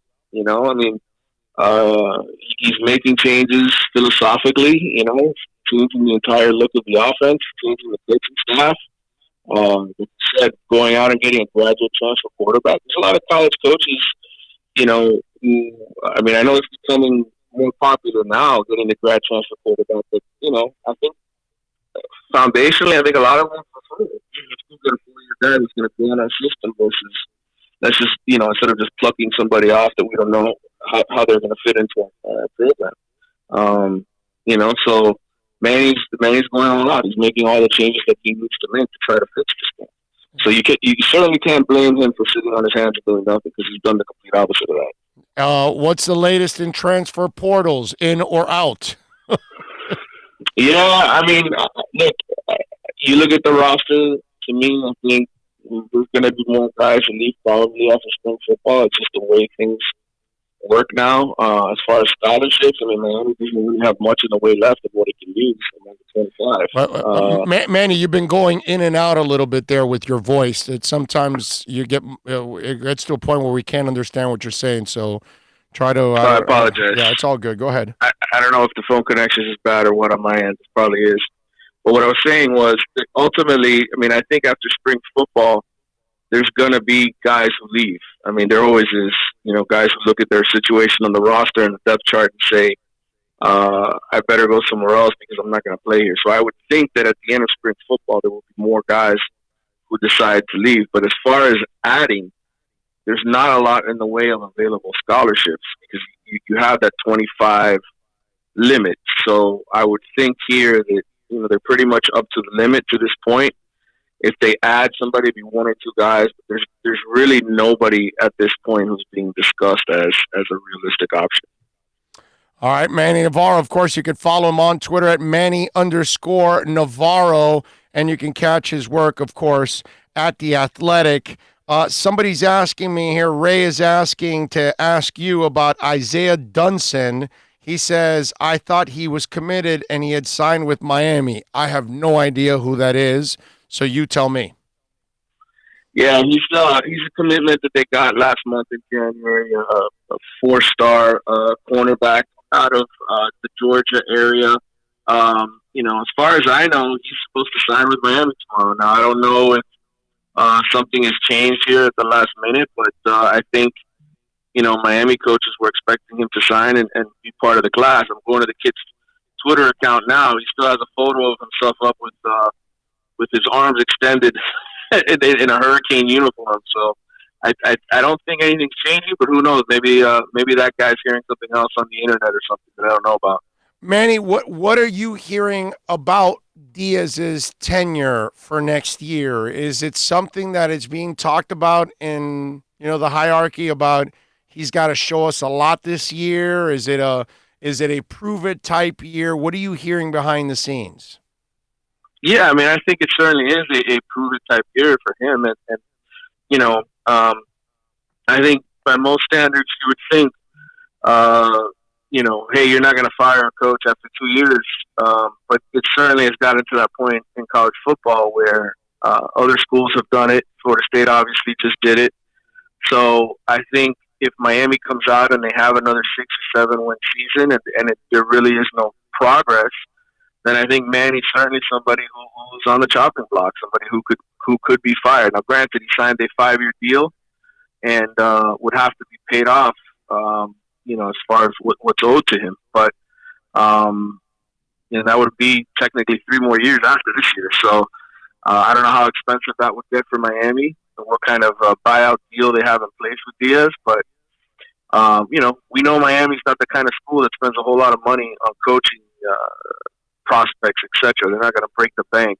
And if they owe Manny Diaz a ton of money, and I know that things could get complicated. So, he could certainly lose his job this year, but my guess is it would have to be another terrible season, really disappointing for him to lose his job. Yeah, no, I'm with you. It has to be something like what we saw this year, but you can't, where are we with, you can't lose those games that you're not supposed to lose.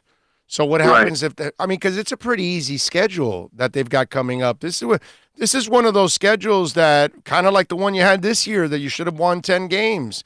And apparently you have a better quarterback now, supposedly. Yeah, there's no question. I mean, I would think the only thing that would excuse the Hurricanes from losing, going 8 wins or 7 wins or 6 wins would be if D'Eriq King were to get hurt early in the season and you have a bunch of injuries. Then you could always, say, look, we had a bunch of injuries. It was tough to deal with. But I think if he's healthy and he's as good as advertised, then this team should win 9 to 10 games and be right there in the thick of the race for the Coastal Division crown. There are no super teams in that division. Obviously, you still have Clemson, and Clemson's going to be very, very good once again. But I think as far as the division itself, everybody looks at it and says there's no reason Miami shouldn't be in contention and shouldn't win that division and go play in the ACC title game. Manny, am I leaving out anything that I have not asked that Canes fans should know about, my friend? Well, the good thing is tomorrow we're going to finally get a chance to talk to Rhett Lashley, the new offensive coordinator. You're going to hear D'Eriq King speak tomorrow at some point. There'll be some videos and stuff out. I don't know what time, but I know that some of those guys are going to be available to the media, so that's going to be good for us. And so we'll have some stories and some content coming from you Wednesday.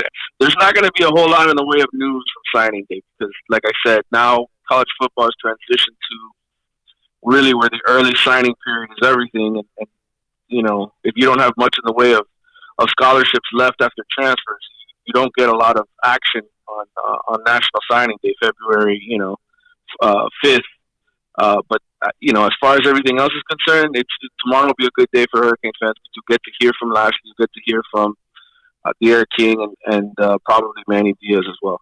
And, of course, you want to hear more from my man Manny Navarro, you better sign up for The Athletic. It's like $4 a month, and you get the entire country and all of your local teams, which is really, really cool. And, of course, you can follow him on Twitter at Manny_Navarro. Manny, as always, you are a stud. Thank you for our Caneswear Miami Hurricanes report, my friend. Thank you. Good talking to you. We'll talk soon. You got it, baby. Be good. There you go. Caneswear, 2511 South University Drive in Davie. Go visit Brett and all the great people at Caneswear. And, of course, thank Brett for producing this Caneswear Miami Hurricanes report every single week.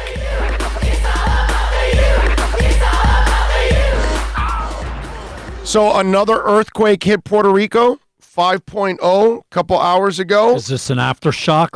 No, 5.0, I said. So the Puerto Rico seismic, right? Is it seismic? Is that how it's pronounced? Yes, seismic. Seismic Network reported that a magnitude 5.0 earthquake rattled the U.S. territory on Tuesday morning. Puerto Rico has been hit by a series of earthquakes and aftershocks since late December. Andrea Gonzalez Ramirez, she tweeted out 3 hours ago, another 5.0 earthquake hit Puerto Rico. The island has been shaking since December 28th. Today is February 4th.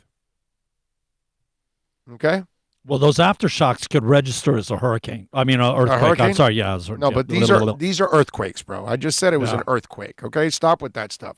Magnitude 5.0 earthquake just south of Puerto Rico, 9:45 Eastern. This follows a series of smaller quakes this morning and at least one, this is what you're talking about, aftershock 4.0 in the same area. I mean, my daughter just flew in there, spent a couple days last week, and flew back out because she had to go for a convention. And she had to do some kind of a presentation, medical presentation crap. And so I got to tell you, my wife and I, we tried to convince her not to go. Seriously. We told her, do you have to go? Is this a must? That island's been hit by all kinds of, disasters now. And just I'm kind of worried. And here goes another one. And by the way, the day she flew over, they had just gotten hit by that other quake the day before. But it wasn't like on the island. It was just outside. Like this one is too. This one's just like where it's registering. See, look at Puerto Rico, and it's just outside of the island, right on the water there, right on the coast.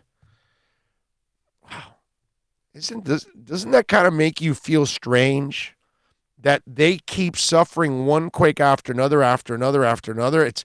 I don't wish this on anybody. Don't get me wrong here, but I'm almost at the point where I think it's going to get worse. Like I'm waiting for a bigger one that's going to do damage to the island. I'm feeling terrible for these people. I mean, this country, or, I don't know what you want to call it, U.S. Providence or whatever it is. Yeah. I don't know what you want to call it, but whatever it is, whatever this is, extension of us, they've gone through hell and back, man, with hurricanes and earthquakes and all this stuff. Are you kidding me? Man, that's just absolutely brutal. One of the things about being here, you deal with a hurricane, you're able to prepare, board see it up. coming. Yeah.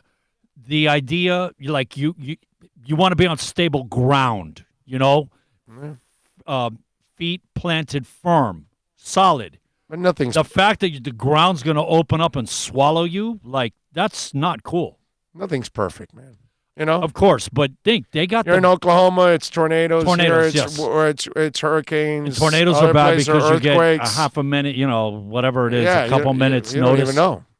Well, now you get some notice. Yes, they have developed. Now you systems, get notice. yes. But 50, 70, 100 No. years ago of those sirens. Hey, what's going on you were outside? too far from the siren. You didn't know. You didn't see it till it was pretty close, and then you're scrambling. Can you imagine the middle of the night when you're sleeping and those things form?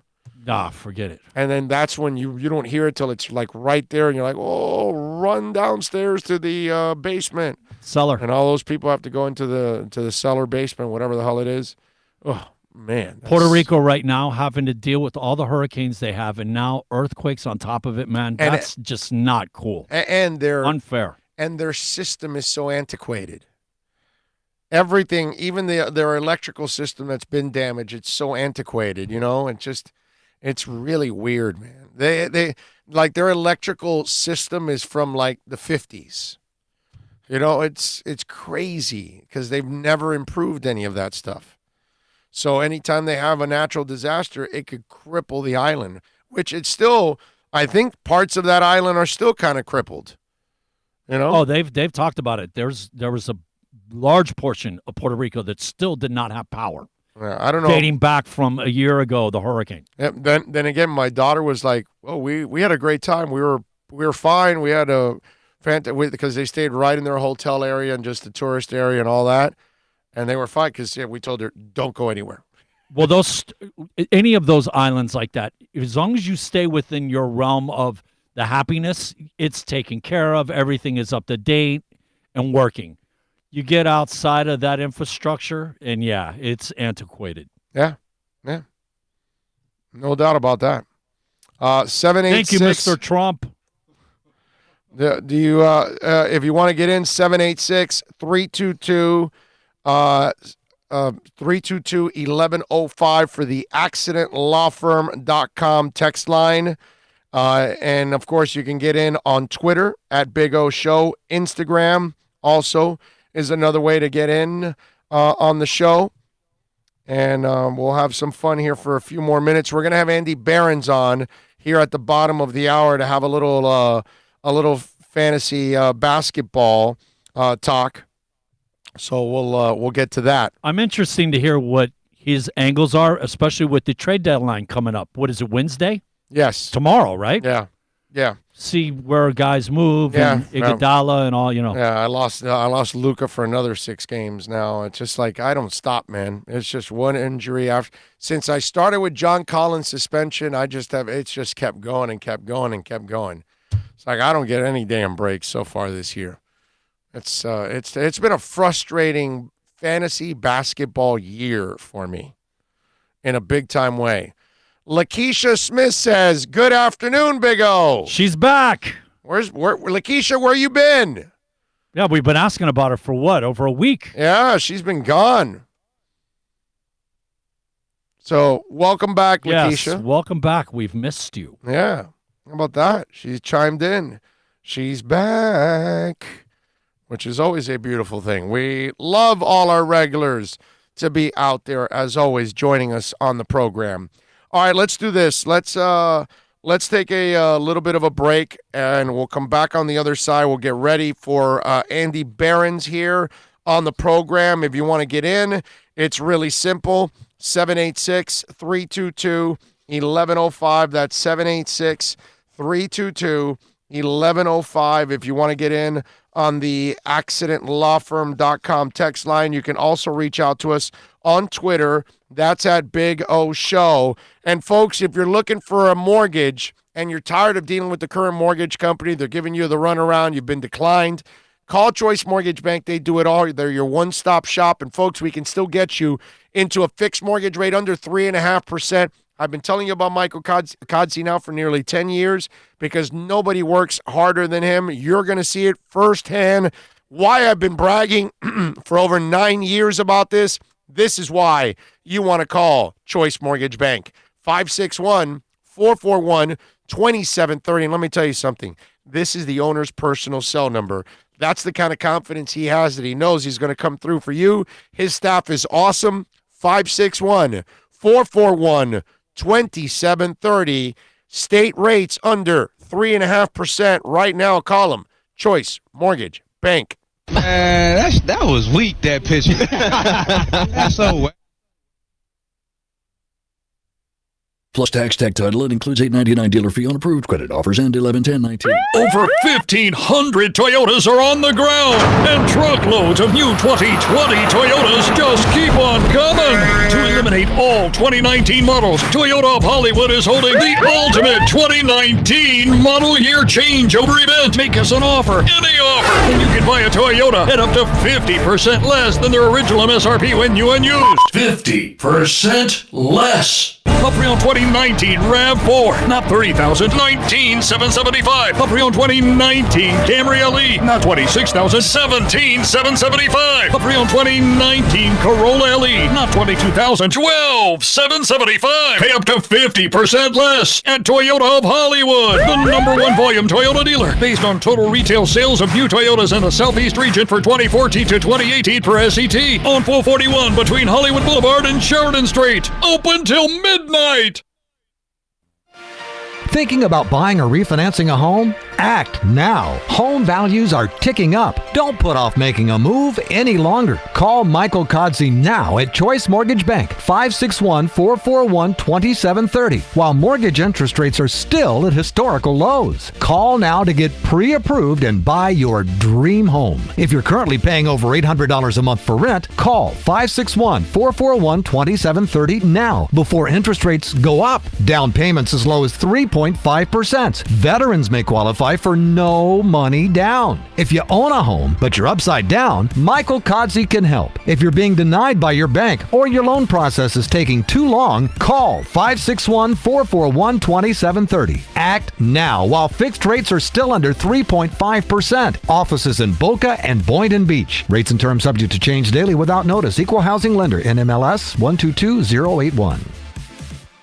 No one expects to get into a crash, but I expect you to go to accidentlawfirm.com if you do. Make sure when hiring a driver, you go through a rideshare app so that you can be covered by the insurance, which can be up to $1 million whether you're a passenger or a driver. In other words, don't try to save a few bucks by paying cash instead of going through the app. I'm attorney Bobby Nunez from Nunez Law in Miami, and we're here to help you through the process. Go to accidentlawfirm.com for a free consultation from me, Bobby Nunez. That's accidentlawfirm.com.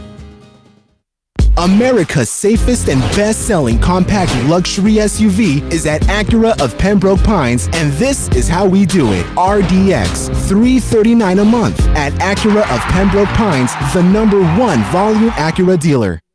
The world's biggest band is coming twice.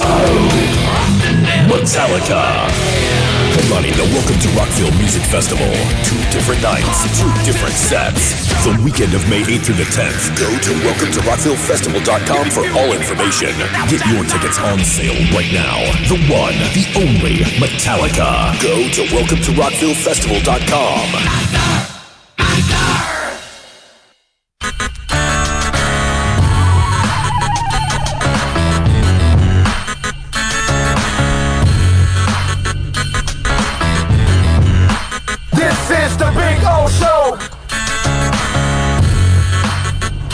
This is the Big O Show.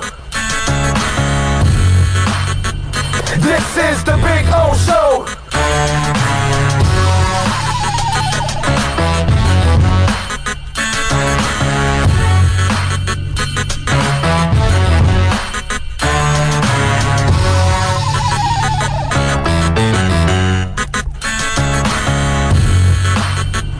This is the Big O Show. This is the Big O Show.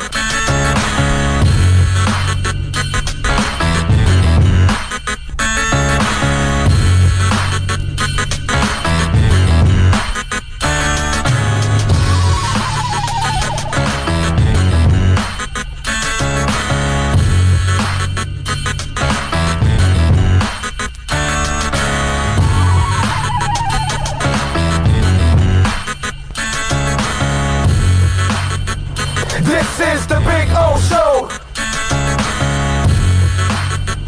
This is the Big O Show. This is the Big O Show. This is the Big O Show.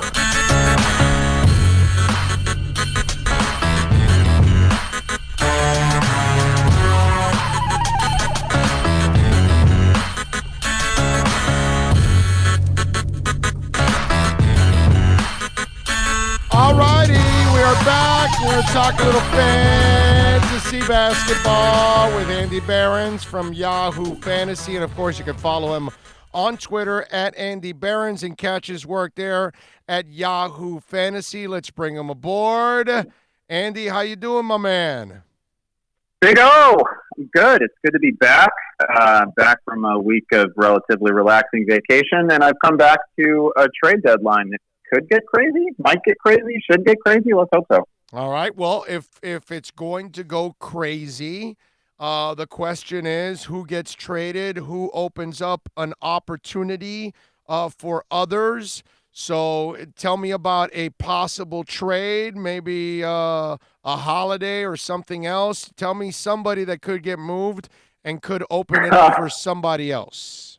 It's funny you mentioned like Drew Holiday. Like if I could just wish one NBA trade really for my friends in Miami, maybe it would be Drew Holiday to the Heat. That's like the East to me is as great as Milwaukee has been. There's, to my eye, it seems like there's a couple teams that are like a player away from being serious contenders for an East title, knowing that Milwaukee has never actually won it, has not actually like gotten through to the finals with Giannis. Like if I'm Miami, I'm kicking the tires on certainly every available like really, really good veteran point guard. Now I don't know that New Orleans would really entertain a Holiday deal. He seems to be just an almost perfect player for the Heat. That would seem kind of a no-brainer. I'm sure it would involve like a Tyler Hero deal or some other player that you wouldn't want to flip. But man, if that's the cost of really competing for the a chance to represent the East in the finals, that would certainly be worth it. We have so many guys who range from near stars, like all-star level players, guys like Kevin Love, Andre Drummond, who could get dealt, down to maybe more likely candidates to get dealt, like Derrick Rose, even though he's dealing with a groin injury right now, like Marcus Morris. And then you have to start looking at players who would then benefit if those guys get flipped. Certainly if Kevin Love is actually dealt, and that's presumptuous because he has, I think $100 million deal, right? Like he's like early into a huge deal. He's going to be an older player certainly by the end of it. So maybe that doesn't actually happen for Cleveland, but if it does, Larry Nance is a pretty clear winner there. If the Knicks can ease up that logjam of 4s and 5s they have, and Morris gets dealt maybe to a place like maybe the Clippers, maybe they're interested.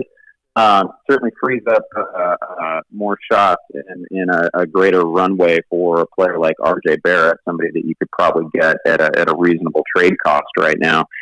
And it's like Derrick Rose, I think, is probably of all the names mentioned, maybe the most likely to get traded. Again, assuming the injury is not too serious, and when has that ever been a problem with Derrick? And the guys that benefit there are like, Reggie Jackson, who's recently returned from injury, and Bruce Brown, who's played really well, especially well when he gets 30 minutes a night. Well, if Daniel's in the house, should he be on your roster if he's out there? Oh yeah, he's been one of the most heavily added players in Yahoo leagues over the last couple days. I think he is actually today's most added player. Coming up on like 35 to 40% ownership in Yahoo leagues right now. Also coming off a 12 rebound game, which doesn't even seem like it should be his forte, right? But he's one of those. He's not quite Duncan Robinson in terms of threes. Like Robinson is just metronomically 4 3-pointers a night. But House has been 2 to 4 basically every game. He's playing almost 30 minutes a night, and sometimes that really spikes. And when it spikes, he's going to give you multiple steals. He's going to close in on, 8, 10, 12 rebounds, and he's good for double-digit points. So House is actually a guy who's been really useful across 3 or 4 categories. He's not just one of those, threes and point specialists. All right, so you and I have talked about it several times. I'm hanging on to his ass. When is Christian going to be sporting wood? God, this is like the most agonizing thing in fantasy right now. Like the per 36 numbers are clear. The numbers are perfectly clear that when he gets minutes, the production follows. Like his last game against Memphis, he gets 34 minutes.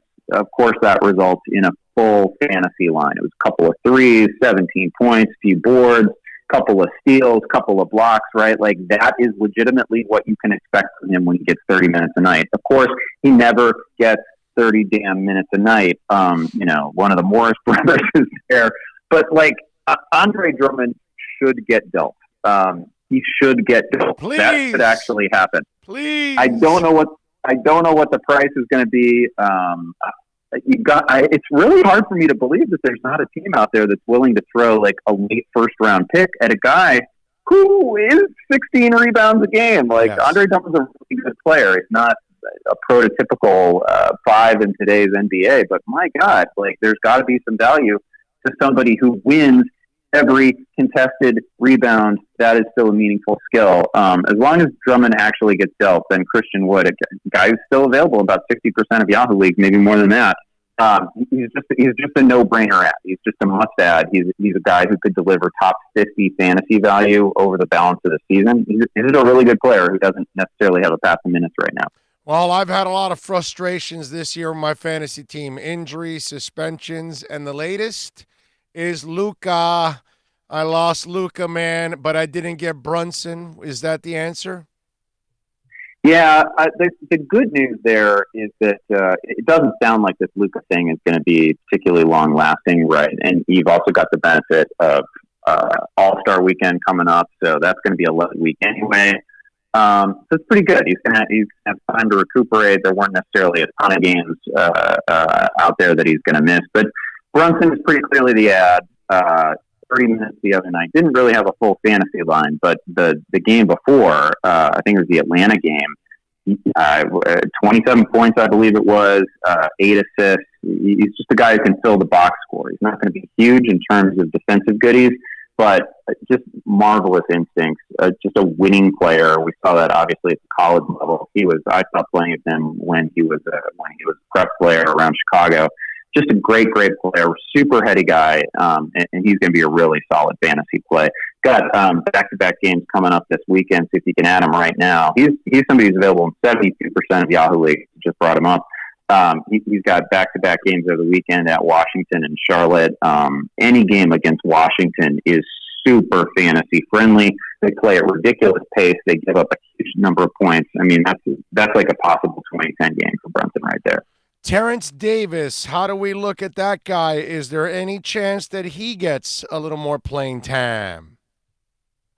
I mean, there's a chance. Sure, I guess. Toronto is so cluttered, and I don't have a great guess at what they're going to do. There's certainly opportunity out there for them right now. They've got some players out of the lineup. I don't know if he's a trade chip for them. I don't know what happens with Anunoby. I don't know if they make a move. I don't if you're the Raptors GM right now, like, what do? You're red hot. You never lose. You're on pace, I think, right now to win more games than they actually won last year with Kawhi when they won the damn title. So I might almost be paralyzed by success if I were them right now. Like Davis is coming off a really hot game, just a terrific game. 6 threes, I want to say, the other night against Chicago. So, like, that was really fun to see. But of course, the Raptors are, outside of Siakam, a bit of a spin the wheel offense. It can be anybody, any night. So I wouldn't expect him to be, dominant over a longer period of time. They've got a couple games coming up with Indy, a relatively stingy defensive team. So I don't love him short term. And again, I don't know what to think the Raptors are going to actually do. Like, for a while there, I was thinking maybe they would be a team that would flip Kyle Lowry, something like that, but they don't lose anymore. So, like, again, if you're an haven't they team, won like 11 in a row or something like that? 11 in a row. So, like, and they play such a beautiful game too. So I kind of doubt that Terrence Davis is in line for anything more than, say, 15 minutes a night going forward. Maybe I'm wrong on that one, but it's hard to see Toronto rocking the boat too severely right now unless they're able to actually add a star. Right. Yeah. And but he looks good if they give him time. He's a guy that could actually benefit from it in a big time way in that lineup, right? I mean, that's kind of what it looks like. Oh, no question about it. All right. What are you guys working on Yahoo Fantasy so folks can check you out, my man? Yeah, on Thursday we are going to delay the recording of our podcast just a bit, and we're going to start about a half hour after the trade deadline passes to make sure that we catch absolutely everything. So we're going to have a big trade deadline reaction podcast coming out on Thursday night, and my man Dalton Del Don is going to have his must-add players pickups video posted, I believe today. So a lot of hoops content out there for you. It's a beautiful thing. As always, follow him on Twitter at Andy Behrens. More importantly, catch his exceptional work, my man, over at Yahoo Fantasy. Andy, as always, thank you for taking some time, my friend. We always appreciate it. Thanks, Big O. Good luck, got it, people. baby. Be good. There you go. The great Andy Behrens talking a little fantasy basketball. There you go. Not bad. Yeah, he did correct me. 2 days from today, Thursday. Is what, the deadline? And I think he was saying 3 p.m. Eastern time is the part that's – no, I think it's 4 normally. No, it is 3. The NFL is the one that does 4. 3 is basketball. And sometimes what they tell you in basketball is the deadline passes, but then a trade still might come through a couple minutes after the deadline because it was in the works. works. NBA is approving it and all that. They got it the in. office, yes. That's the one. Like the NFL, like 4 o'clock hits, it's over. I love the MLB. Man, just go to midnight. Let's get the whole day to get everything, Come on. Yeah, but MLB needs it. They need all the pub they can get and all that good stuff. God, I tell you, what happened to baseball, man? What happened to baseball? It's such a good sport. Such an incredible sport. Just got a bunch of old people that are crotchety and stuck in their ways, and somebody needs to come over there with a 2x4 and hit them upside the head or replace them, one or the other. Lakeisha says she was having problems with her internet. Aha. That could be an issue, Lakeisha. That could be an issue. We've been looking for you for like the that's last right. week easily. Remember, use your phones, too. You can use your phones to watch us. Anyway, we got to wrap it up here on the program. We got to thank Eric Edholm. We got to thank Manny Navarro. We got to thank Andy Behrens. Excellent guest today on the program. Most of all, we thank all of you for watching, listening, downloading, however it is you do it, whenever it is you do it, day, night, middle of the night, early morning, all of that. We love you for it. Don't forget to be also sending us a text. If you hate something I said, if you love something I said, if you're confused, which that could happen a lot, send it to us on the accidentlawfirm.com text line, 786-322-1105 on behalf of Bill and John. We appreciate all of you out there for supporting us as always. If you want to be a part of the show, you want to be a sponsor, send it in on the accidentlawfirm.com text line 786-322-1105. You can reach out to us also on Twitter at Big O Show. We will see you all tomorrow morning, as always, right here, same time, same place, same bat channel. Be good out there. We'll talk to you guys tomorrow.